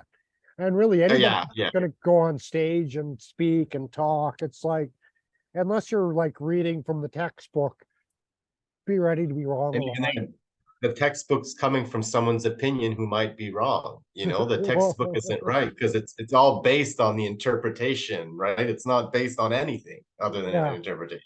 yeah, exactly. So, To be fair, yeah, yeah, truth is higher than words. Um, nice. Yeah, that's the quote. Truth. yeah, that's my bailout I'm quote. gonna write that Um, actually. That's gonna be my quote tomorrow. oh, there Truth you is go. higher than. Your quote of the Thank day. you. Perfect. So And is that Mike original or? maybe, maybe, Good yeah, answer. Good yeah, answer. I'll go with it. So yeah, here we get with Warren Buffett, that sun in Purva Phalguni in his ninth house. That's his luck house. Um, it's interesting to see Saturn in his ascendant because his personality and the way he holds himself, he's like some like blue collar middle class dude. Yeah, Really. very stiff. Yeah, but he's had this really great luck and he's got this 10th house. It's a superpower. Um, yeah, so that's interesting. I'm not sure if, so that's an AA rated time. Um, but he's got this great wealth, but from this, it looks like sort of Saturn's giving a bit of a loss of wealth, or maybe that's his being associated wealth identified by his wealth. Um, but you really get this strong, this is trading in the seventh house, and Libra has a lot to do with trading. And maybe also this Ketu in the Vargotama Ketu also in the 11th house is maybe like there's no limit to the kind of gain and money. And he's getting his gains and his wealth through trading, through Libra activities as well. And then that Venus is debilitated, but he's getting the reversal of debilitation with Mercury. And so you're getting all these Venus and Mercury houses all the way across here are all superpowered. Um, so yeah. But this chart in particular doesn't jump out at me as being one of the wealthiest people in the world. So anyways, Well, I think that then the Neptune in the ninth too could have something to do with that, in the sense that like Neptune is illusions in some way, shape, or form. yeah, So, and the stock market is kind of this big illusion that's in K2, right? So just because he's made his money through that, it's kind of illusionary in a way. yeah, really, it's just numbers in a computer, numbers on paper. Exactly. So Yeah, when like he doesn't have a shit ton of bricks of gold yeah, somewhere, you know. It's really just the numbers that he got, because I don't think he like if we yeah. kind of break it down as like we look at the first house, the fifth, and the ninth, we see the first lord and the fifth lord making a yoga in the seventh house, which is a very powerful Can jhana you repeat yoga. that? Sorry. The first lord and the fifth lord, Yeah. they're conjunct in the seventh house. And so this is making a really powerful yoga. Personality, intelligence, all of that is getting heightened. That's also coming into the seventh house of trading, negotiating, uh, Contracts. yeah, trust, Well, certainty, right? I think. of which, Like there's a certainty that comes with other people in the seventh house, whereas eighth house, it's kind of you don't know what's going to come from other people, but in the seventh house, you get yeah, this certainty of contract of exchange, like it's direct trade that's fair, whereas the eighth house, it's kind of convoluted or hidden clauses or things like that. yeah, they'll sometimes call the seventh house the enemies you know. It's the Uh, opposition that's right in front of you. right. Yeah. And then, well, Which is your partner. yeah, yeah, that's your part. Exactly. You know who you're dealing with.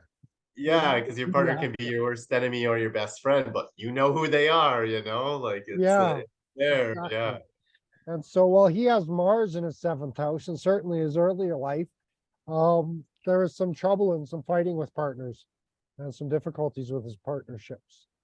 Um, that way. Um, yeah, he'll probably, is he still alive? When was he born? 70, Yeah, I'm pretty sure. 90 years old. I haven't heard about his death. Yeah, I think we would have heard about Buffett dying, but I do know he's like the third richest man now, not the first. Okay, yeah. Yeah, but Musk and Bezos are got higher after COVID, from what I understand. Okay, yeah. Well, Bezos shot way up there Yeah. at the time. He's well, the government basically made us buy everybody buy everything from him. Uh, Yep. You basically had a monopoly for 3 years, or for a year. Okay, we'll say. Yeah, and everything space related now is being bought. Like if anyone wants to go into space, like everyone's going through Tesla at this point because Yeah. Tesla is has like those cheap automation and good software to help with space. So any NASA or anything space is going to Musk, just as a Okay. FYI. Yeah, and SpaceX as well that he has there as well. And So he's keeping private ownership of SpaceX because he wants to make sure that he has got full autonomy over it. okay, interesting. Yeah, yeah. Yeah, he doesn't want to start making missiles. Yeah, he might. Well, that's how he started SpaceX was he'd get missiles from the USSR because the US wouldn't sell it to him. So he went to Russia and he bought old missiles there and used Yeah. that programming to do the Well, SpaceX technology. I don't think Russia didn't sell him any ICBMs either. He went to talk to him, but I don't think they sold them to him. And that's why he Okay. started SpaceX, because he was like, well, fine then, I'll make them myself. Oh, Or they sold him some part. Maybe they wouldn't sell the whole thing, but maybe they sold him a key component, or yeah, maybe they just talked and he said, screw this. Yeah. yeah. Well, I know for a long time, a lot of the rocket engines came from Russia. Oh, that's maybe what it So was. that's Yeah, we'd maybe, be able to buy the engines from them. Yeah. yeah, yeah. Um, so yeah, anyway, so Okay. there's that. So again, I think with Purva Phalguni, I didn't do the research on any of these, I don't think. Um, but I would expect with these Sun and Purva Phalguni then that their fathers and their father figures would be involved in theater and the arts and that sort of stuff. Um, Which I think is true for Sadhguru, Charlie Sheen, yeah, um, World War II. Well, World War One would be the dad, I guess. yeah, maybe. Um, And it's interesting because like when I look at all of these names, these are all people that don't really need to say anything and they get reactions from people, like people kind of just see the light in them. Like Keanu Reeves, terrible actor, but people just love him, like yeah, it's in World War II, like people have huge opinions on World War II, but people have little knowledge on it at this point in time, right? But everyone knows World War II, right? And it just gets this attention for no reason in a way. yeah. And And, it might be that we know the surface of all these people, very familiar with that. But right, who are they really? We can't right. see.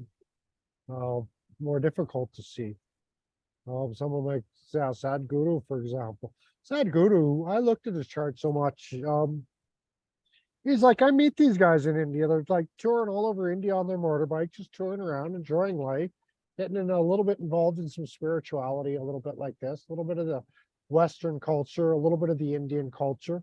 They're really well spoken. They're usually quite intelligent about philosophy and matters like that. Just Sadhguru had a little extra magic to become popular, but he's more like these dudes, like just a common dude's tour in India. Like he's pretty normal dude in a lot of ways. And I think even Roger Waters, like inside, behind the scenes, in a sense, I think they're fairly normal dudes. Yeah, yeah.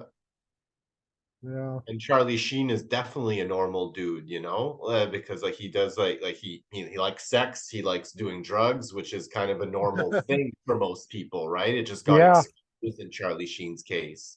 yeah, But before that normal stuff got exposed, like he looked way different, like when back in the old days of like Hot Shots and whatever his early movies were, like he looked way yeah, more professional and put together yeah. until you saw his underlife. Well, the ego was also very big then too, and maybe that's the Purva Phalguni, the earlier fruits, which then Ah, later. Um, but he kind of holds it well, even being like an ex-addict, or maybe he's addicted again now. You never know where he's at. Because he never really came off as being like the addict or the ex-addict. He's just like yeah, chill about it. It's like whatever. yeah, so Life dude, goes on.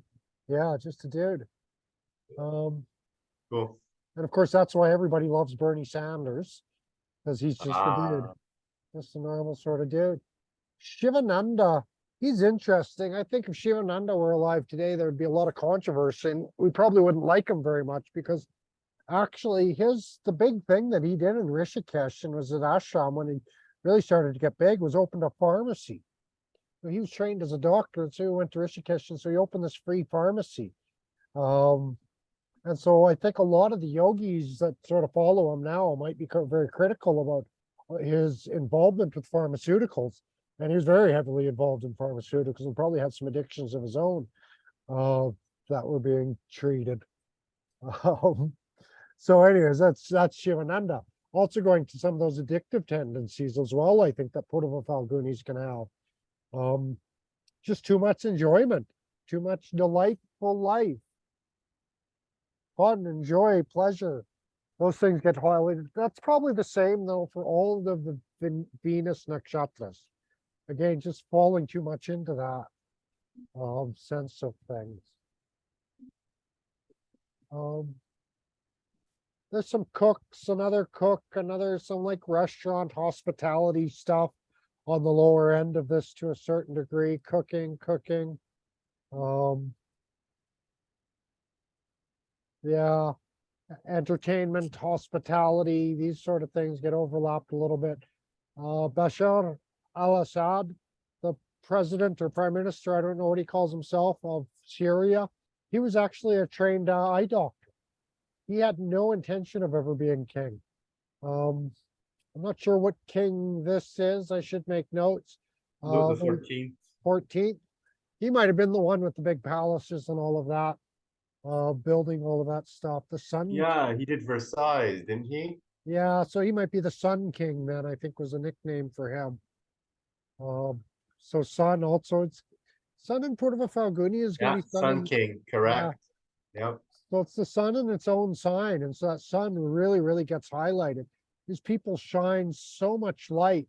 They can be very colorful and creative as well with that, but they really shine the top of their fields, the top of their top. Like that. Well, interesting, 9/11 happened while sun was in Purva Phalguni. So anyways, those planes certainly hit the top. And that kind of thing. And maybe it goes to tell us how much of 9/11 became a theatrical production once it all started happening and getting unrolled.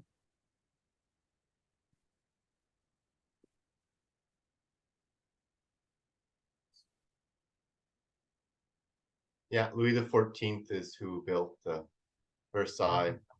So all the art, like he had so much art collections. He built so many other beautiful things, palaces and everything. So And it's really interesting because I'm gonna relate. I went to Paris and I spent 3 days there, and Versailles is one of the things I did, and it's like I did the Louvre, the Eiffel Tower, like all the touristy stuff, but the stuff that stuck out was Versailles. okay.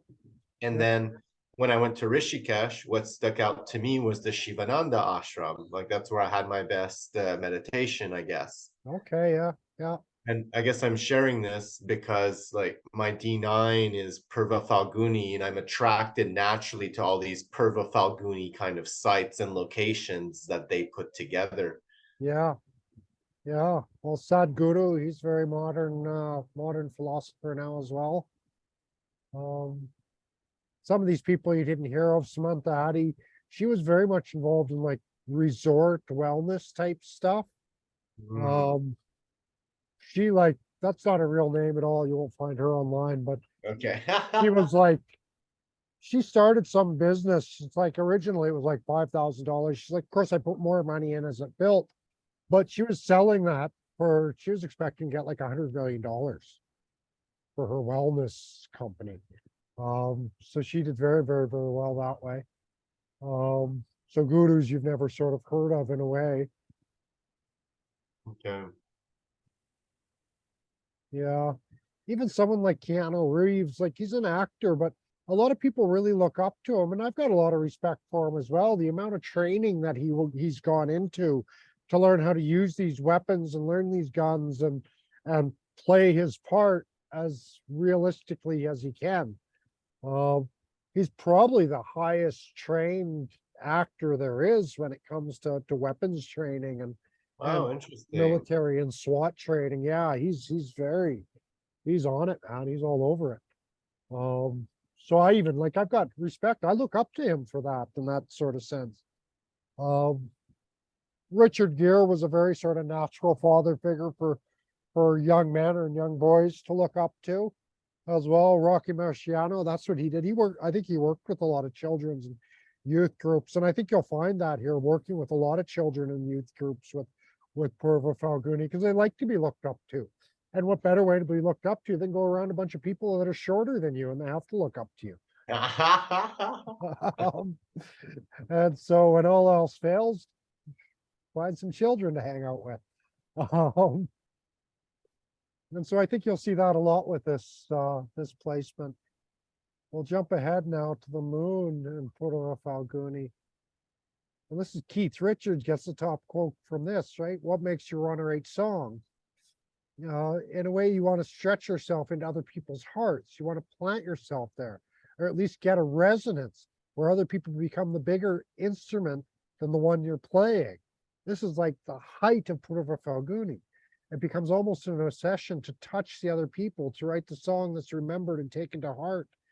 Is a connection, is touching of the bases, a thread that runs through all of us, stab on the heart. Sometimes I think songwriting is about tightening the heartstrings as much as possible without bringing on a heart attack.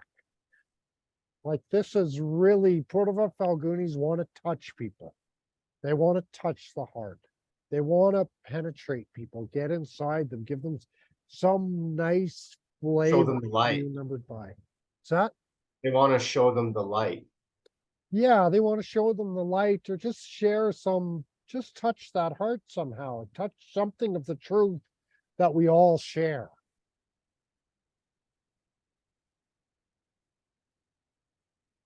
So I think we've certainly all covered this, but the classics are good.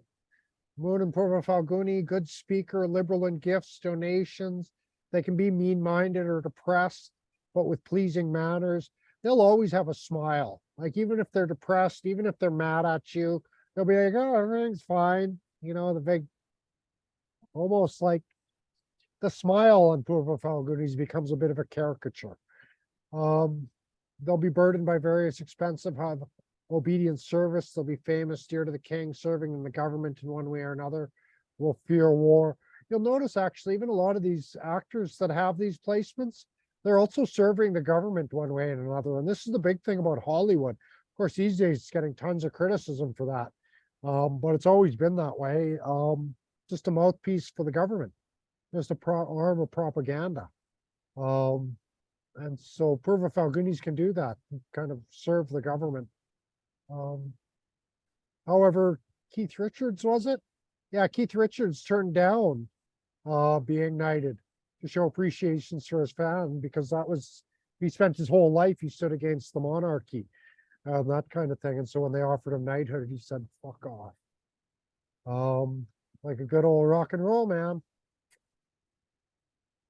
So Renaissance men, chivalry, this is also like Renaissance men is like the people that know how to do everything. They're good in science, they're good in the arts, they're good in physical activity. They're kind of all rounders in a sense. But then poetry and all that sort of beauty comes in as well.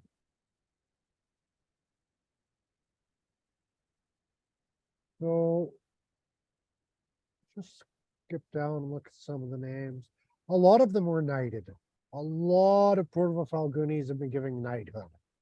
The very theme that kept coming over and over and over. And knighthood might be like in Canada, we'll give the Order of Canada. And I think that's almost the equivalent of a knighthood in a sense. And so other countries have their own versions of these sort of things. But of course, right off the top, Elon Musk, well, it's interesting, yet Elon Musk and Buffett, two of the richest men in the world, having placements in Purva Phalguni. So we know they can be quite wealthy that way. Not really always, because someone like Hulk Hogan, he got ripped off and he was bad with money, and he never really, despite being as big a fame and star, he was always just some middle class sort of hoodlum. Never really rose above that in a sense. Very low quality sense of enjoyment and beauty, you could say. But Sugar Ray Leonard, here with the moon, we're getting a lot more athletic ability seems to be coming in. Sugar Ray, Bret Hall was the golden Bret. Hulk Hogan was also like the golden one in a sense. Number one can be in Purva Phalguni, comes in to involve the great one, the golden boy is Kritika. I know Bret Hall has some Kritika placements. But BB King, the great one, Keith Richards, you're really seeing people who are really, really top of what they do. But then we got Moon and Purva Phalguni. Interesting to see Madonna and Anita together. Madonna being Madonna, and Anita she's an old, someone I've known a long, long time in my life. She's got like 5 children, right? So she's like looked up to in that way and surrounded by children and always working with children. Jessica B does a lot of work with children as well. Larry Rands, let's see his chart here, 'cause that's kind of curious. Just gonna use the washroom real quick, Mike. Yeah, okay. Yeah, roll for it. We should, I'll go to the washroom and we'll.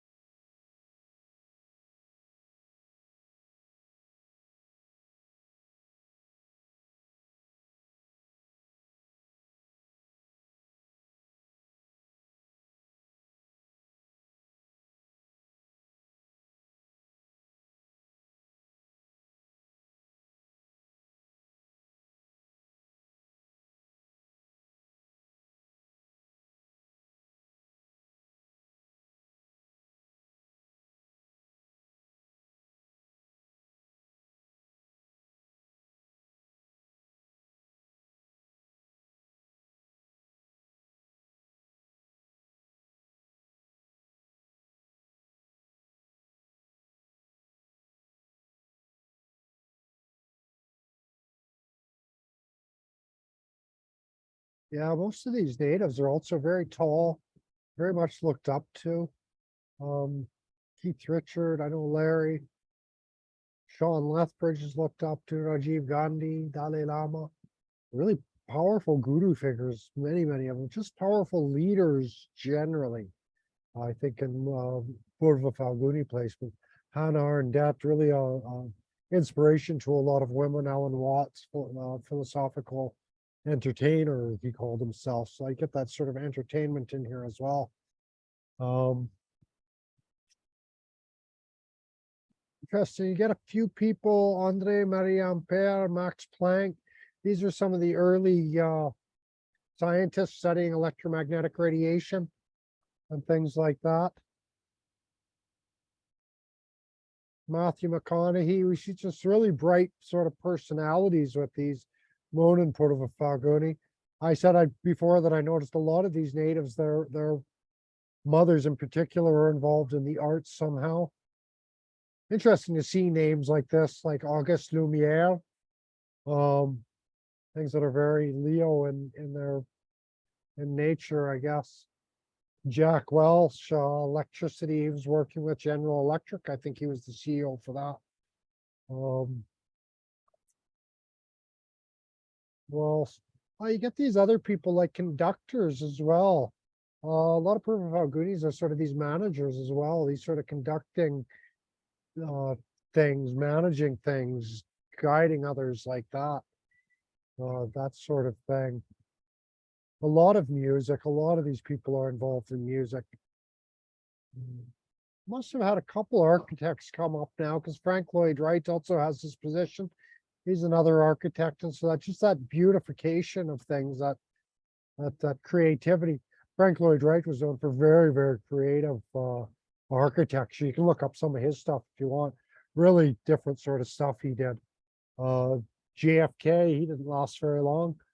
St. Francis Assisi, we all know him. He's kind of, I consider him one of my gurus as well.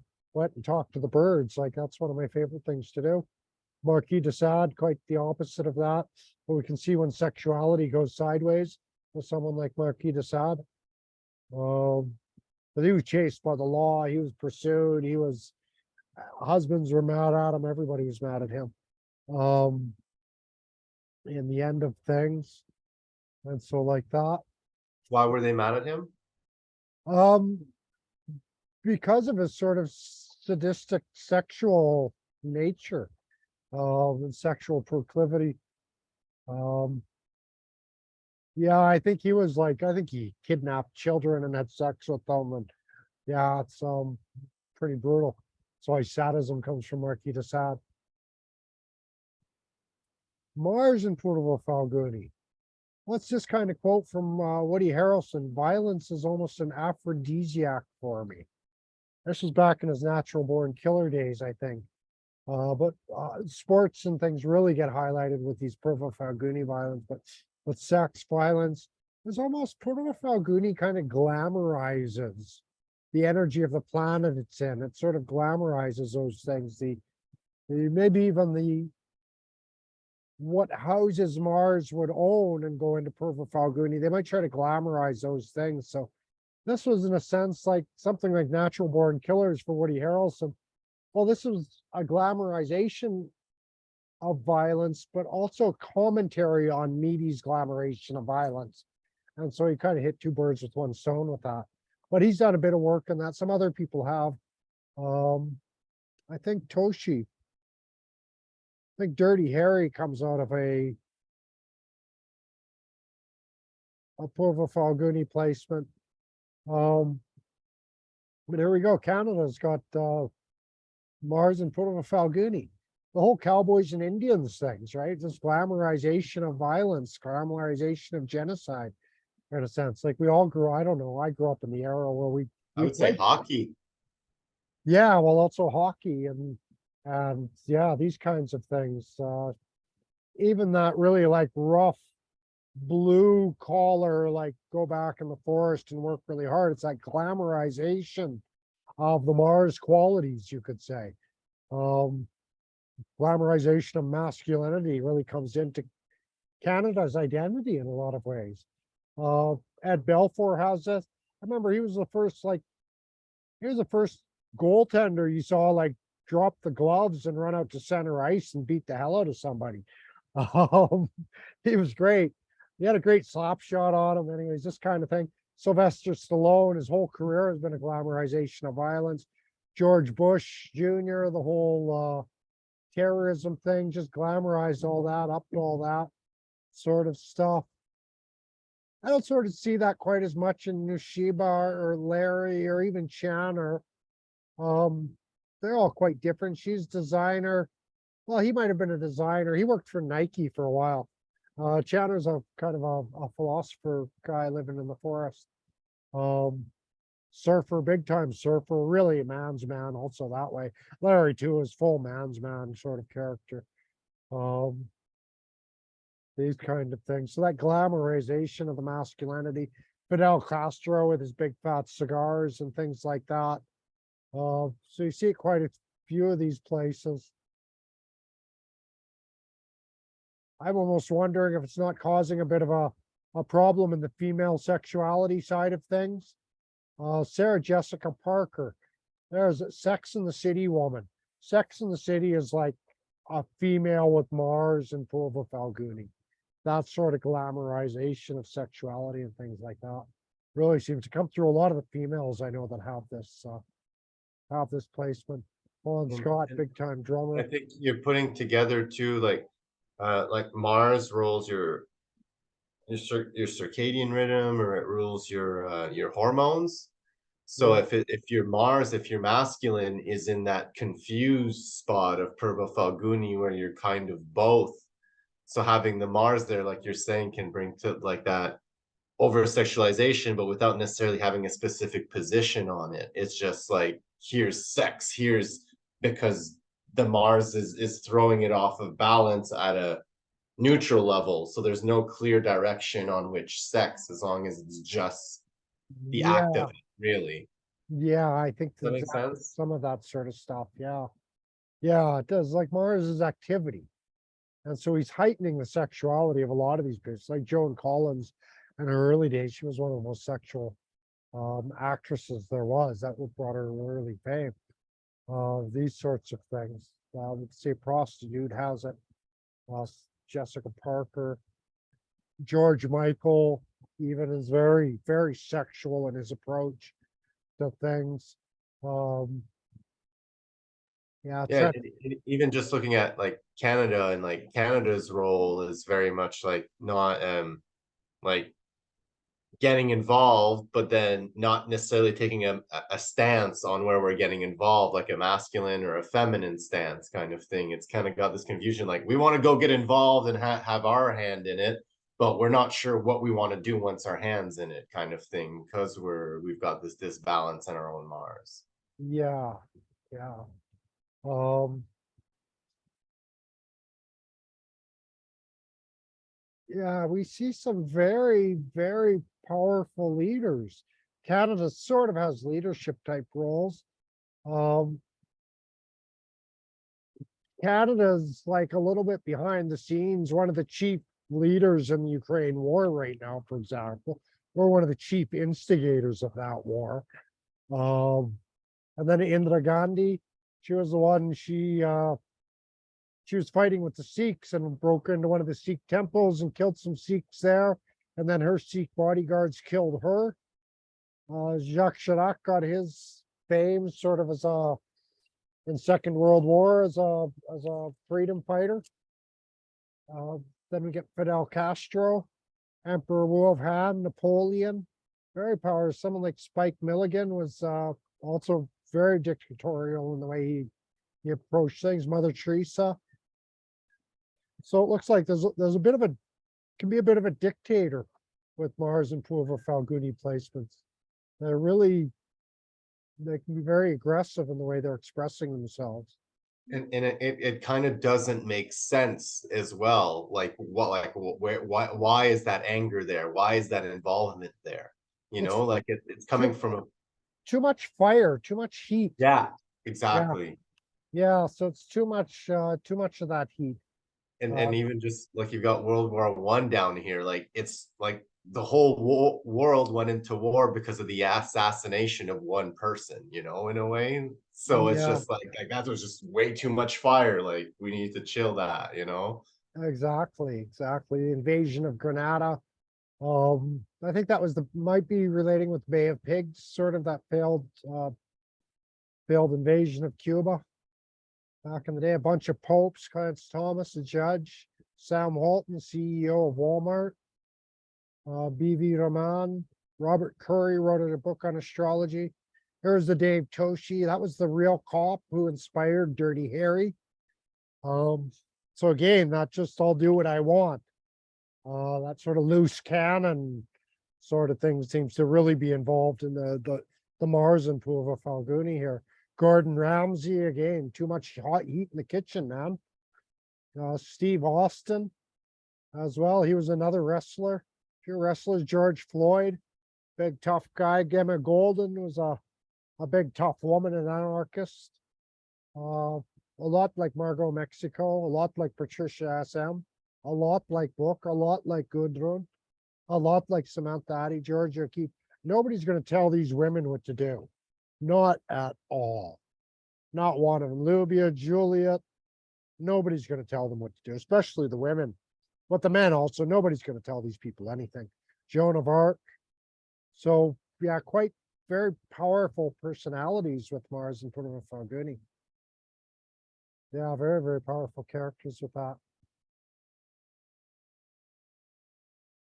So we get to Mercury and Purva Phalguni. Swami Shivananda has more places here yet. A mountain is composed of tiny grains of earth. The ocean is made up of tiny drops of water. Even so, life has been an endless series of little details, actions, speeches, and thoughts. The consequences, whether good or bad, or even the least of them, are far reaching. So this sense of like the little man making the big, a whole bunch of little activities, a whole bunch of little things. Sorry, the wind suddenly hit the right angle for this umbrella I'm sitting under. Just almost blew away on me. So anyways, this is sort of a glamorization, and I should admit this is more theory than reality. But anyways, my theory was that the glamorization of mercurial things, media, speech, mantra, all of these things, following the lives of stars in the magazines and that sort of stuff. This Mercury, some fairy tales about the knight in shining armor, a narrative. Mercury deals with self-narrative things. So this narrative of bringing things together, or the narrative of being the savior, narrative of being the knight in shining armor.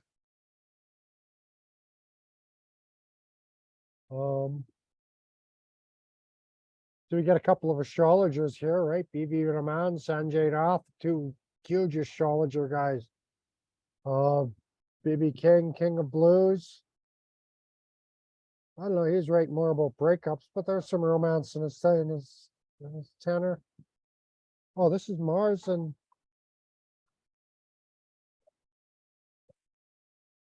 I'm going to hope that this is Mercury and Purva Phalguni, and I'm just going to change that. Hello.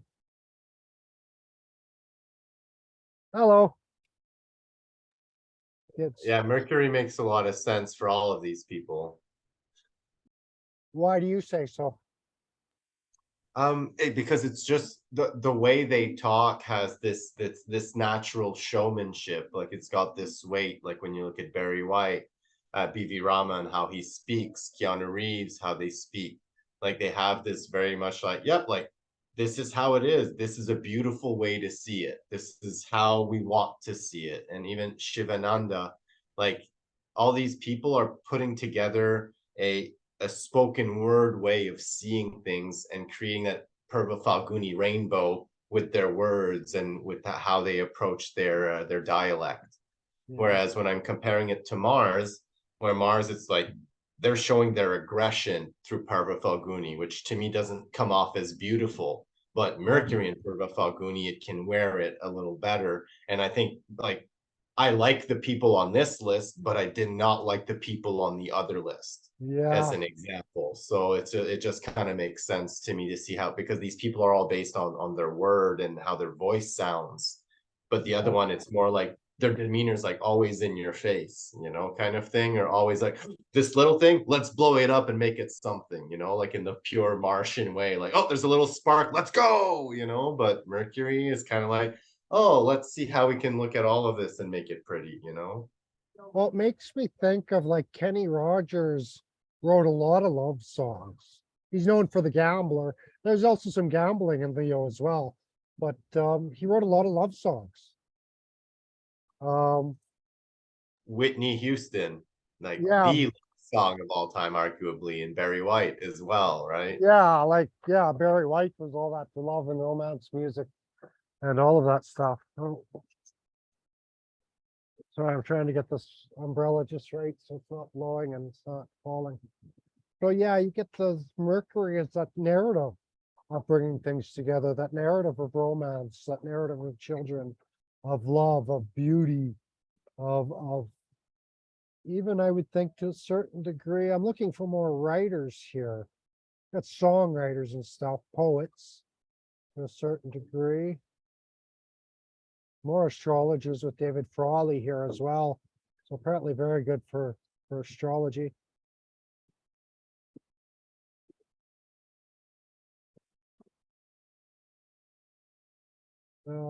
Some Tantra, Coco Chanel. Mercury has to do with smell also. So it's interesting to see someone like Coco Chanel here.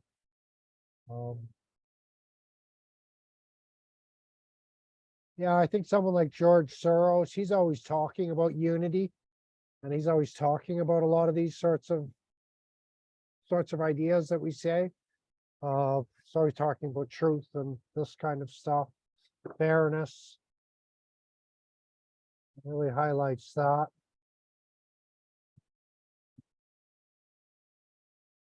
And I'm not sure, did Julius Caesar united Rome, or was he the one that got the downfall? I always forget the order of Julius Caesar's story.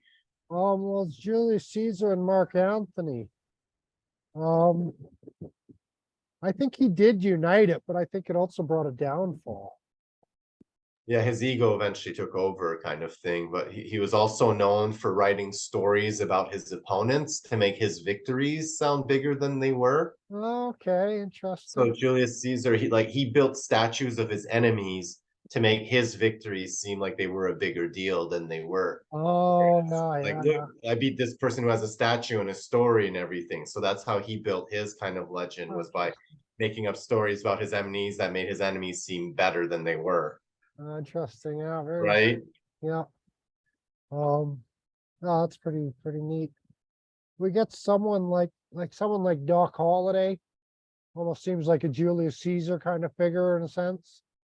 Um, Sri Aurobindo, I don't know if you've read anything with him. He was a very prolific writer about tantra topics and stuff. I've seen some quotes and it's quite good, but I've never been able to read his works. Oscar, What's the name? Oh, Oscar Romeo? Oscar Romeo is someone different, but he was a priest that did a lot of, maybe one of the early progressive priests to a certain degree. And he's quite famous in human rights circles. Who was the one you were talking about that wrote about Tantra? Ranadir? Sri Aurobindo. He was, I think he was involved in starting Auroraville in South India. I think he had some involvement with that.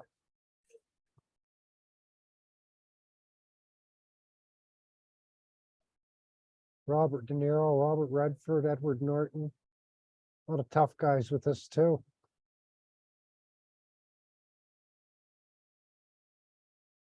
Jump ahead to Jupiter. I expect Jupiter to be pretty good. Thomas Jefferson has Jupiter in Purva Phalguni. We hold these truths to be self-evident, that all men are created equal. Equality is a Venus thing, that they're endowed by their creator, sun, with certain unalienable rights, Jupiter. That among these are life, liberty, sun, and the pursuit of happiness, Venus. The care of human life and happiness, and not their destruction, is the first and only object of good government. I never considered a difference of opinion in politics, religion, and philosophy as a cause for withdrawing from a friend. So it's still that combining the opposites in Jupiter. It does me no injury for my neighbor to say there are 20 gods or no gods. It's neither picks my pocket nor breaks my leg.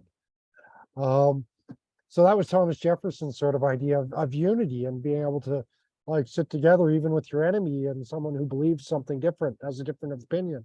It doesn't mean that they're your enemy in a sense. So that's Purva Phalguni.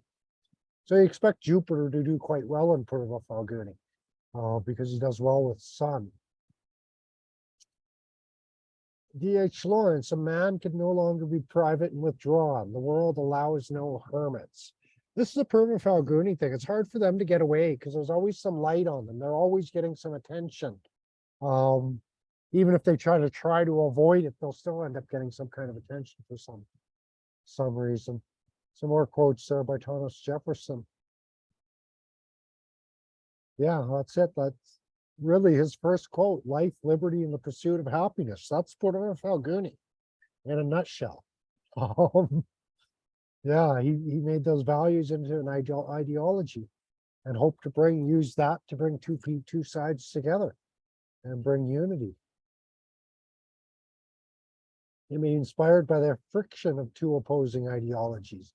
There can be some cognitive dissonance in their beliefs or some kind of hypocrisy in their lives, perhaps too much cultural relativism. They might glamorize ideology and refuse to see the flaws. So these are some of the difficulties of being too, like Sun and Jupiter, there can be too much certainty in the belief, too much certainty that their way is the right way. So that's can come up. Let's look at the names here. So Joseph Howlier, he was a military guy.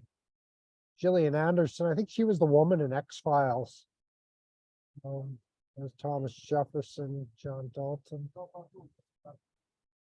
It's interesting to see a chemist here because they're also often mixing things to try to make some new thing. Um, Seems to be some technical abilities here. I'm not really sure why that is. Chemistry, physics, we get the electrical engineer. Galileo was also as much technical as he was literary. Barbara Lama, there's It's another astrologer. creativity, right? Yeah, maybe it is that creative mind at work through the sciences as well with this. And that higher knowledge, higher wisdom.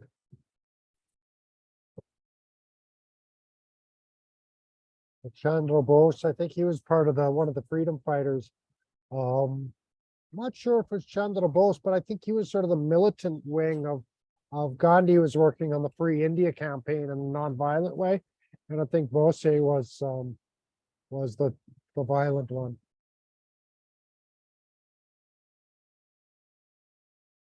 Peter the Great of Russia, Ketu King.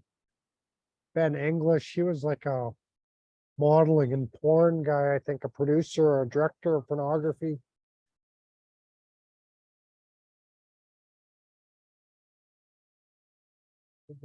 Jupiter. I would think too, with something like Jupiter and Purva Phalguni, it might be like their gurus would be artists. Their gurus would be these sort of Purva Phalguni creative people.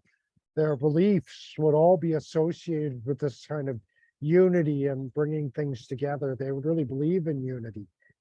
These sorts of nice, they believe in romance, they believe in love, they believe in a lot of these kinds of things. Oh, so quite nice. Interesting. Gigi Allen has this really brutal punk rocker.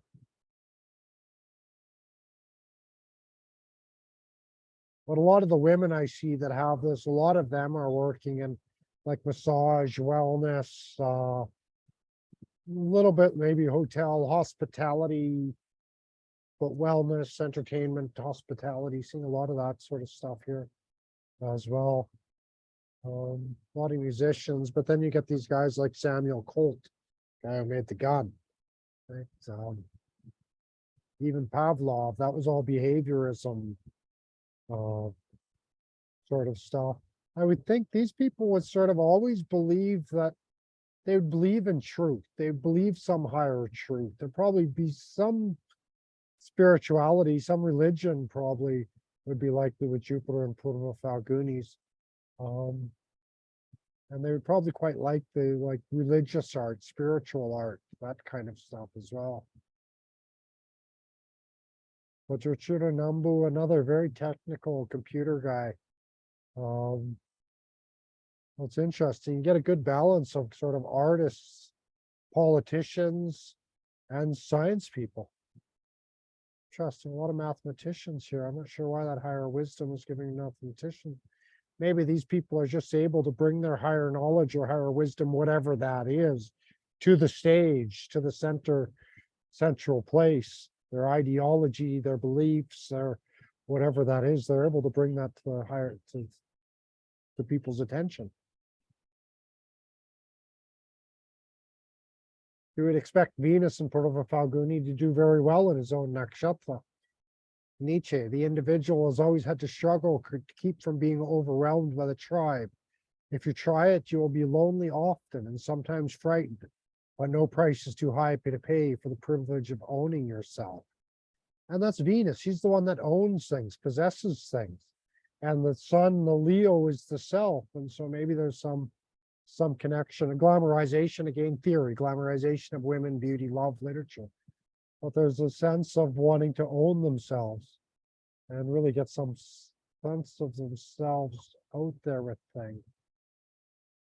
Put something of their self into things. So again, we're getting literary, J.K. Rowling, Cervantes, and Cassie. Quite a bit of literature. I didn't organize this one how I like to organize it. Narendra Modi, the Prime Minister of India. It's interesting, like, see someone like Nietzsche there, and I think of his book, like The Genealogy of Morals. And a lot of what he was writing about was also values. It's almost like he was taking value and he was setting that in the center of everything. Our life revolves around our values, in a sense. And that's, the Moody as a politician, he's put values very much in the center of everything. J.K. Rowling, she didn't mean to, but her values have become the center of everything as well. And that value for, maybe that's also it, that value for femininity, women, beauty, that sort of stuff, putting that Venus in the center of everything, putting the art, putting the woman in the middle of it all. That's certainly what J.K. Rowling's getting flack about. But then someone like Sarah Ferguson, I think she's the opposite. I think she's one of the Duchess of York. I think she's sort of embraced all the transgender stuff, and sort of the opposite of J.K. Rowling. So Sheldon Anderson, casinos, resorts, political philanthropy. Again, that resorts, entertainment, hospitality type stuff really comes out through here strongly.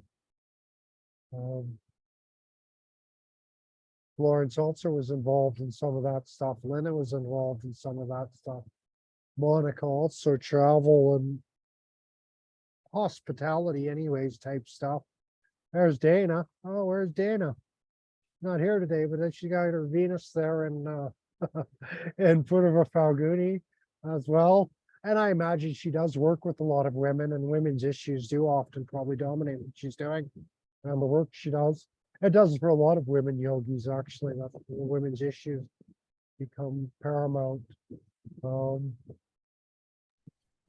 this, Go ahead. I'm noticing again, like I look at the list here and I'm like, I'm not a big fan of most of these people, like with the Mars sign as an example. Okay. And I'm wondering if that has to do with the fact, like, and I know I keep going back to this, but it's Purva Phalguni has kind of this balance in hormones somewhat, where like these gender issues are a thing because they kind of don't care about it, or they care too much about it, kind of thing. So it's looking, Yeah. and Mars and Venus kind of rule those two sides of so it's interesting that if you have like a Purva Phalguni in Venus or Mars, what I'm picking up is there's going to be a confusion or a problem with like the hormonic balance in these individuals Yeah. potentially. Yeah, definitely. I would definitely agree with something like that. With their sexuality, with the libido, you could say will be off one way or the other, or affected by placements here. Definitely will be. Yeah. Yeah, and that won't necessarily mean their sex drive, but just how they approach people in general. Well, they'll be out of balance themselves in how they're approaching it, whether too much in their feminine or too much in their masculine, or however you want to word it. So This was something I actually wanted to bring up earlier when we were talking about the sexual animals, and I mentioned like the difference between a rat and an elephant, sexually wise.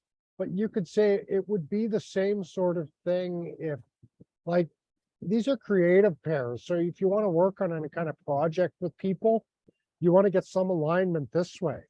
Whereas, like, if you get the elephant and the rat, it might be like the elephant sort of ends up doing everything. The elephant dominates over the rat all the time, sort of thing. So if you get a cow and an elephant together, it's not so bad. These sort of things. So yeah, even those sexual animals are, it's really relating with all those kinds of creativity and creative potential, in every which way. it's interesting to hear you say. I think I agree because I'm like in my D1 chart, I would be the lion, but in my D9 chart, I would be a rat. And I can feel how, like, when I was younger, like part of the student body in high school, like kind of these big picture events or organizations. And now that I'm going into this creative rat, I'm finding I'm more in the minutia and the one-on-one interactions and small group things rather than being in the big picture of what the line would want to include themselves into. So it's like I've downsized my scope of vision as I've downsized the animal. That kind of goes with my nakshatra. Yeah, well, that goes with sort of Leo and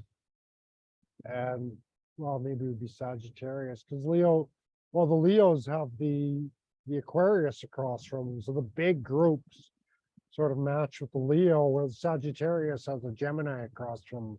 So it's the smaller group sort of match with the Jupiter. Anyways, I don't know if that's going to relate or not, but yeah. Yeah, that made sense. Interesting. You get these characters like Joe Rogan has this, Buster Keaton has this, Horatio Nelson, who was a military commander. There's quite a mix between Louis Real, religious fundamentalist, and rebel, I guess. There seems to be quite a blend in the people between like fighters and artists. But Venus, it's almost surprising how many of these people are fighters. Like Louis Real did fight, he was in a war. Adam Engineer is like a black belt martial artist. Juliette France is a very aggressive sort of woman. And then you got a couple of wars here as well. And that's what I'm saying by this balance between the masculine and the feminine energy with the Venus and Mars signs, right? Where you're either going to be in your feminine and be an artist, or be a masculine and be a fighter kind of thing, with a Mars or Venus and Purva Phalguni in a way. Yeah, that's very, very strong like that. Kim Kardashian, who's like a prostitute. Julia Roberts played prostitution. That's sexuality as well coming out through. A male prostitute I met had this sort of stuff. Yeah, So Kim yeah, Kardashian is a fashion revolutionary. She's not a prostitute. What are you talking about? She didn't get to where she is using sex. It was all fashion, wasn't uh, it? I don't know anything about her. That's a good, yeah, good response. I'm messing Yeah, with yeah, I don't know anything about. I just know the name really. There was like the Kardashians was a show, and yeah, she was really ugly, and then she was really pretty. you. Yeah. All I know about Kim Kardashian. Um, so yeah, that's the Venus. We see some Rothschilds. We see some very wealthy people also with these placements. Um, with this, trying to look at the people I know. They're not all very wealthy, but they're pretty comfortable. Even the Indian people I know that have this are fairly comfortable. Um, so Venus is good for that at least. Time is just a memory mixed in desire. I did my time in the jail of your arms. My reality needs imagination like a light bulb needs a socket. My imagination needs reality like a blind man needs a cane. And so there is that. I think Purva Phalguni is something has a lot to do with imagination. And so when Saturn kind of comes there, it's like he needs that reality for his imagination. He needs that reality to create with. And so using reality to sort of create. Saturn also brings some heavier karmas where we feel a bit bound or we feel a bit stuck. And so I think that's where he's talking about, like, I did my time in the jail of your arms, you know. You have the ultimate responsibility for your experience. That's Saturn. It's responsibility, man. You got to deal with it. The crowd is the gathering place of the weakest. True creation is a solitary act. Take it right away from his typewriter, and all you have left is the sickness that started him writing in the first place. And so that's also like, that's a little bit, well, that's very true. I can see with me as well, in a sense. It's like, well, though I do a lot of writing with pen and paper, but sometimes it's like that Purva Phalguni is bringing like your creativity together with a special kind of tool that you use to express that, like the typewriter, you know. So you take that typewriter away from the writer and you just have this useless person. But you put the typewriter and the writer together and you've got magic. You've got something very unique and creative that come out of that. Won't read all of those.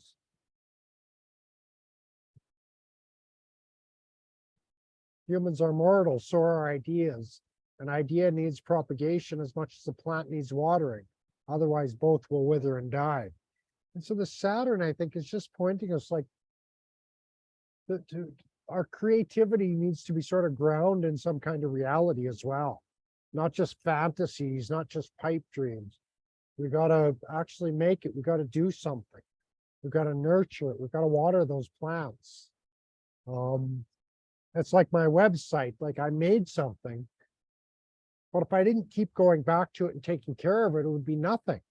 A child too, you make that child, but unless you keep nurturing that child and raise that child and do the work, they're going to amount to nothing. So there's a certain work.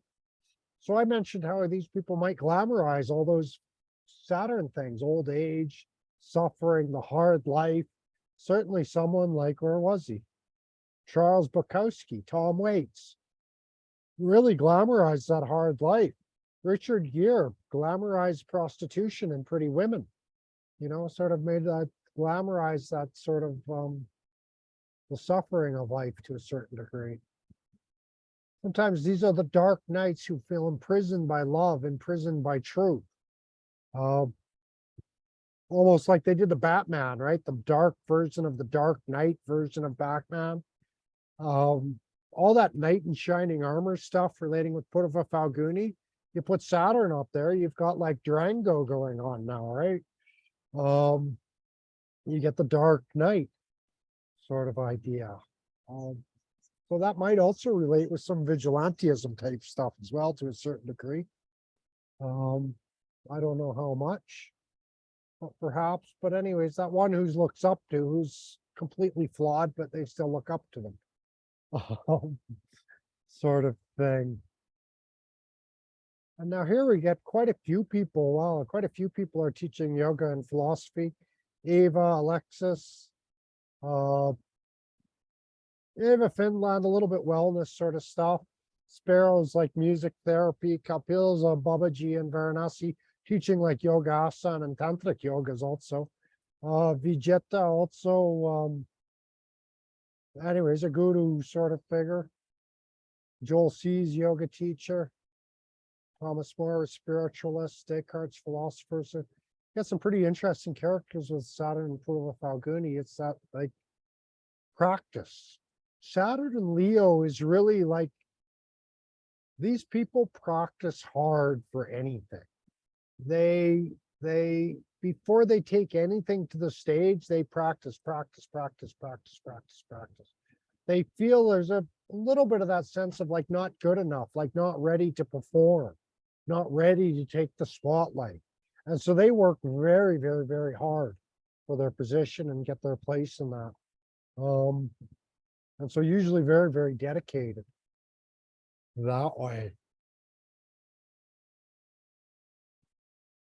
And a lot of these, Thomas Spence was working with Louis Riel. Spent a lot of time actually with the Native Americans, natives, and was, what do they call it? Initiated. I almost wonder if there wouldn't be some sense of initiation in Purva Phalguni, but anyways, Thomas Spence was initiated by the natives, by the Saturn, by the black people in a sense like that.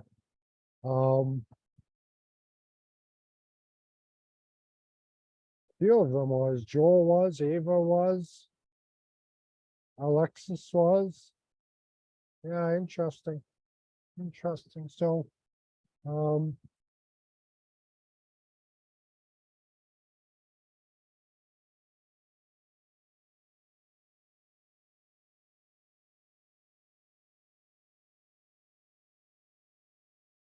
yeah, I feel like this Saturn, like, I actually like a lot of the people with their Saturn in Purva Phalguni. You talk about that, yeah, you too.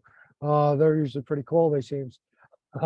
Looking, some of them are some of my best friends, actually. They want to put the work behind the flash that they're creating. They do, and they're also, I think they're not afraid like to put those who are working for them and their servants to sort of like put some spotlight on them, put their work into the central place, and really sort of share that credit to a certain degree. And and this just randomly came up for me as you were saying, like shared credit and all that. Pierre Trudeau, obviously. Yeah. Well, my first astrology teacher was Pierre Trudeau's astrologer. Oh, really? Yeah, so he's in Ottawa, and yeah, so it's just interesting because like Pierre Trudeau had people helping him from behind the scenes, kind of thing, Oh, obviously, right? So, and you're the first person I've told this to, that yeah, so Pierre Trudeau used astrology to kind of help his case or to build on to that. yeah, okay. Yeah, a lot of politicians actually did use astrology. I don't know if it was Pierre Trudeau so much. His wife was really into it. Margaret Trudeau was big time into astrology. Um, That's so probably who linked it up or something. Yeah. yeah, he might have worked it through her somehow. So that sort of thing. Um, yeah, the blue collar, the blue collar seems to shine through a lot of these people a lot more. Adam engineer, Terry Rand was a trucker, biker and a trucker. Michael Ma, he's like a building manager, or no, like an inspector, a building inspector, that sort of stuff. So there's a little bit more blue collar, a little bit more for the little man with this Saturn placement is interesting. Even Charles de Gaulle was known for that.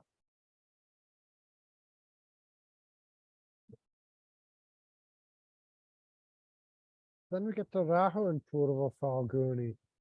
This we kind of suspected that there might be some aberration maybe in their sexuality as well with Rahu there. Some inconsistency.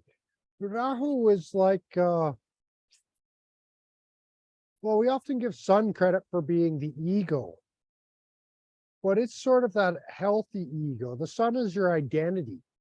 Rahu is more of that dark ego. When we start talking about like, oh, their ego issues and ego problem, it's mostly the Rahu ego. And so I expect that these people will have a bit of ego problem. Guys like Gaddafi, Wayne Gretzky, the great one, uh, John Krasinski and Ted Kaczynski. Interesting to see those two names together. Um, they're both quite well. One was a killer, but killed a lot because of his ego. Super intelligent people, all of them really almost top in there. John Krasinski was a Unabomber, but he was like a Harvard graduate, incredibly intelligent. So that's what first thing that pops out at me on some of these first one is their intelligence, their greatness. In a sense, I want to say that because Wayne Gretzky's the greatness, but no, they're but Rahu and Purva Phalguni, Rahu and Leo is going to be really hungry for attention as well. They're going to need attention in some way. Um, like that. Turkish independence, that was almost mostly about a secularism. Ataturk was running things and really brought in a secularism. So I'm not really sure how that relates with Purva Phalguni. Off the bat, Catherine Sienna, mystic. Matty Gallagher, disgraced Navy SEAL. Albert Speer got into armaments and stuff. He was I love his name, Albert Speer, working in armaments, that sort of thing.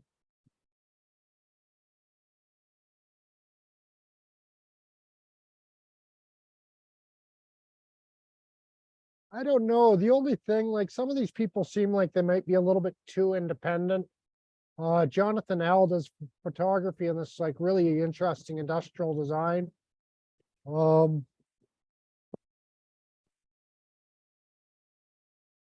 yeah, Joel's also into media photography.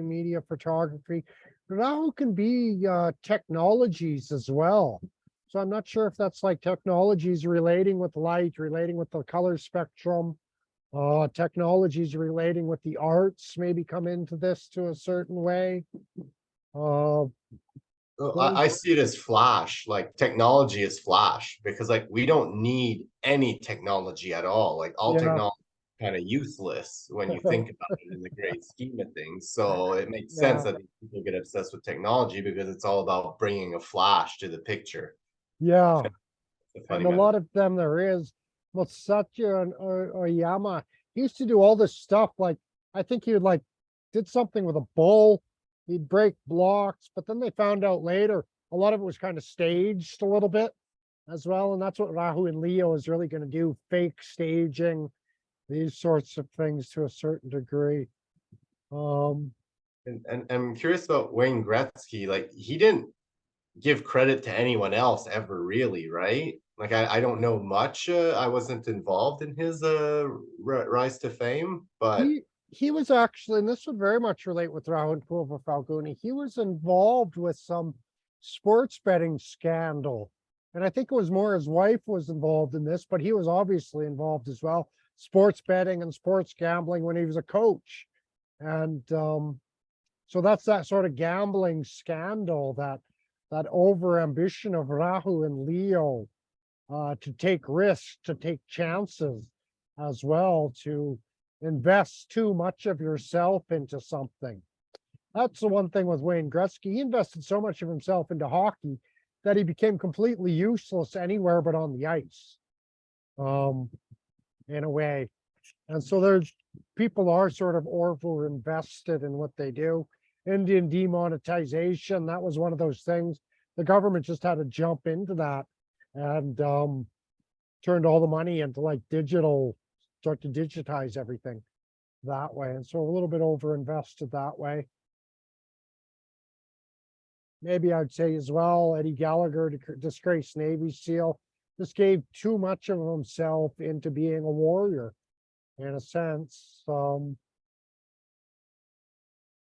Yeah. You see that Rocky Marciano, he was a little bit of a showman kind of boxer, right? Like you said, too much flair, too much style. Hank Williams is like the caricature of a country music singer in a sense,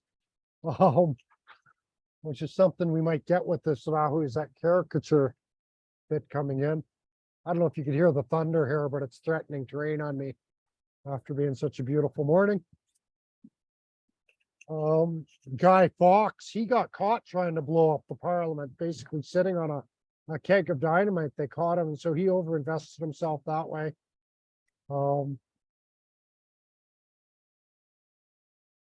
Yeah, quite a few fighters have this. Muhammad Ali, we saw some other boxers. Guy Fawkes, warriors, revolutionary people. John Wayne Gacy. There was another John Krasinski. A few serial killers also have this. So there's Rahu and Purva Phalguni. Makes people crazy.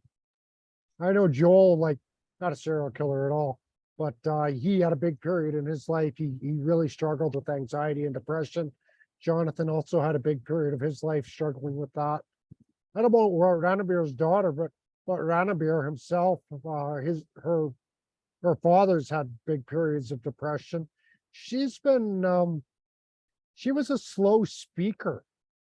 She didn't start speaking until like 5 or 6 years old, just uttering grunts and things until that. So she was very slow that way. I don't know if Saturn's sort of slowing things down, maybe somehow, I don't know. Some fear to express themselves, maybe, and consequences for expressing themselves. Perhaps, well, Saturn might be the fear and consequences. Rahu, things are going awry when they sort of express themselves, perhaps. Jonathan L., he was very interesting. His photography, this is one of those photographers, like, he did a bit of courses in school, and then he learned a way to, like, he was developing his own pictures, doing his own developing, and he started using a special way for that. And by the time he was like 23, he had some agent pick up his photography and was selling his, like, one big poster-sized photo for like $5,000. So he did very lucky and very well. The industrial design stuff now he's doing, like, what is it? Hydroponics, indoor gardening, and all that kind of stuff. So quite creative, and always took his own path as well. And to comment on what you're saying as well, like the people in Rahu in Purva Phalguni are too individualistic almost at some point. And I think, like, what I'm or from looking at the list of names there, it looks like that there's really an obsession about what they're getting from it, what they're creating, how are they creating the flash, rather than looking at how their flash is affecting everyone and everything else around them. It's more about their own, how they're flashing within the context, rather than what's important to the real light at the end of the day. Probably a lot of narcissism all the way through this. a lot of just too much big ego, exactly like you said, just not seeing what other people are at, what they're doing to affect. Bernadine Dorn Iyer, she's like a left-wing communist, militant communist sort of person, but really crossed the line into the militancy. You can find the name Iyer is very much Project Underground, I think they're called. And again, yeah, it's just too much. It's them, me, with most of these people. And so there's Yeah, we see a lot more of the I don't know, is Rahu Rajasic? Because that's what I'm kind of getting from these people, is they have the more of a Rajasic outlook on Purva Phalguni rather than Sattvic. yeah, Tamasic is usually Rahu's Tamasic, but maybe some Rajas there as well. I'm confused between the two, so it could be Tamasic. I'm still figuring that Yeah, out. Tamasic's the really low, dark one. Rajasic is active energy. Um, so usually it's like Rajasic is usually rising up. And so it's the activity we do to sort of achieve sattvic way. But it's amazing, quite a few, like Anders Breivik, that's the dude that killed all those kids in Sweden or whatever. So there's quite a few Gaddafi, quite a few serial killer type people with this placement. Um, it's pretty brutal, actually. Ayn Rand, her philosophy of individuality was just that. It was just too much individuality, too much like that. So I'm just going to say a few things about Ketu and then we'll get going because we're almost 2 o'clock now. So it's been a while here. Yeah, sorry. Thank you. Yeah. So we get, oh, it's been nice chat with you today. Here we start to get, I don't know, I look at names like Yoko Ono, Nina Simone, Margot. They're a little bit narcissistic people. Carla Homolka, also a bit. Uma Thurman. There's also a narcissism seems to be with the Ketu and Purva Phalguni.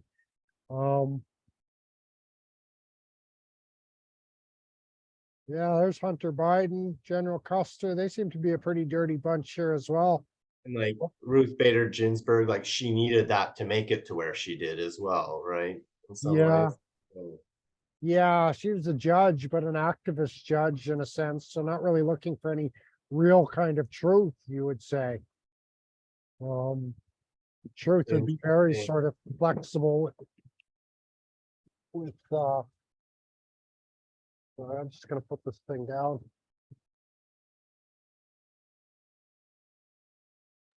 Yeah, and like even just looking at Conor McGregor, and I think like he's actively come out and says like, yeah, I create whatever situation I need to get me into the mindset, you know? So like he kind of lets go of whatever flash and just does whatever he needs to get himself Yeah. into that state. I do see there's a lot of anxiety and depression here. David Eggers, Deva Premal suffered anxiety, Florence anxiety, Ken Cochran, some seizures and memory disorder. Veronica Varanasi, also some, I don't know if it was almost like bipolar, some of them, but there could be some bipolar sort of stuff going on here. Hunter, General Custer, these are brutal. Robin Williams killed himself from depression. Vladimir Pulsland, he's been institutionalized before. Joan of Arc was considered crazy. Wow, Ruth Bader Ginsburg is completely off her rocker. Yoko Ono too. A lot of them. There's a lot of It makes sense that you'd get depressed with this as well, because I'm gonna, and correct me if I'm wrong on my use of words, but Purva Phalguni is that flash of life. So with Ketu being there, or I would say that personal flash of light. yeah. Whereas if you're Ketu there, well, then you're letting go of your own personal light in a way. So that's Yeah. very depressing for the body. So your body's going to knock yourself into depression. So you change your expression, right? So it makes sense to. Yeah. And Ketu is that side. He doesn't care. So that spark that comes in Purva Phalguni, the beauty, the original creativity, children, who cares? Don't care about any of that stuff.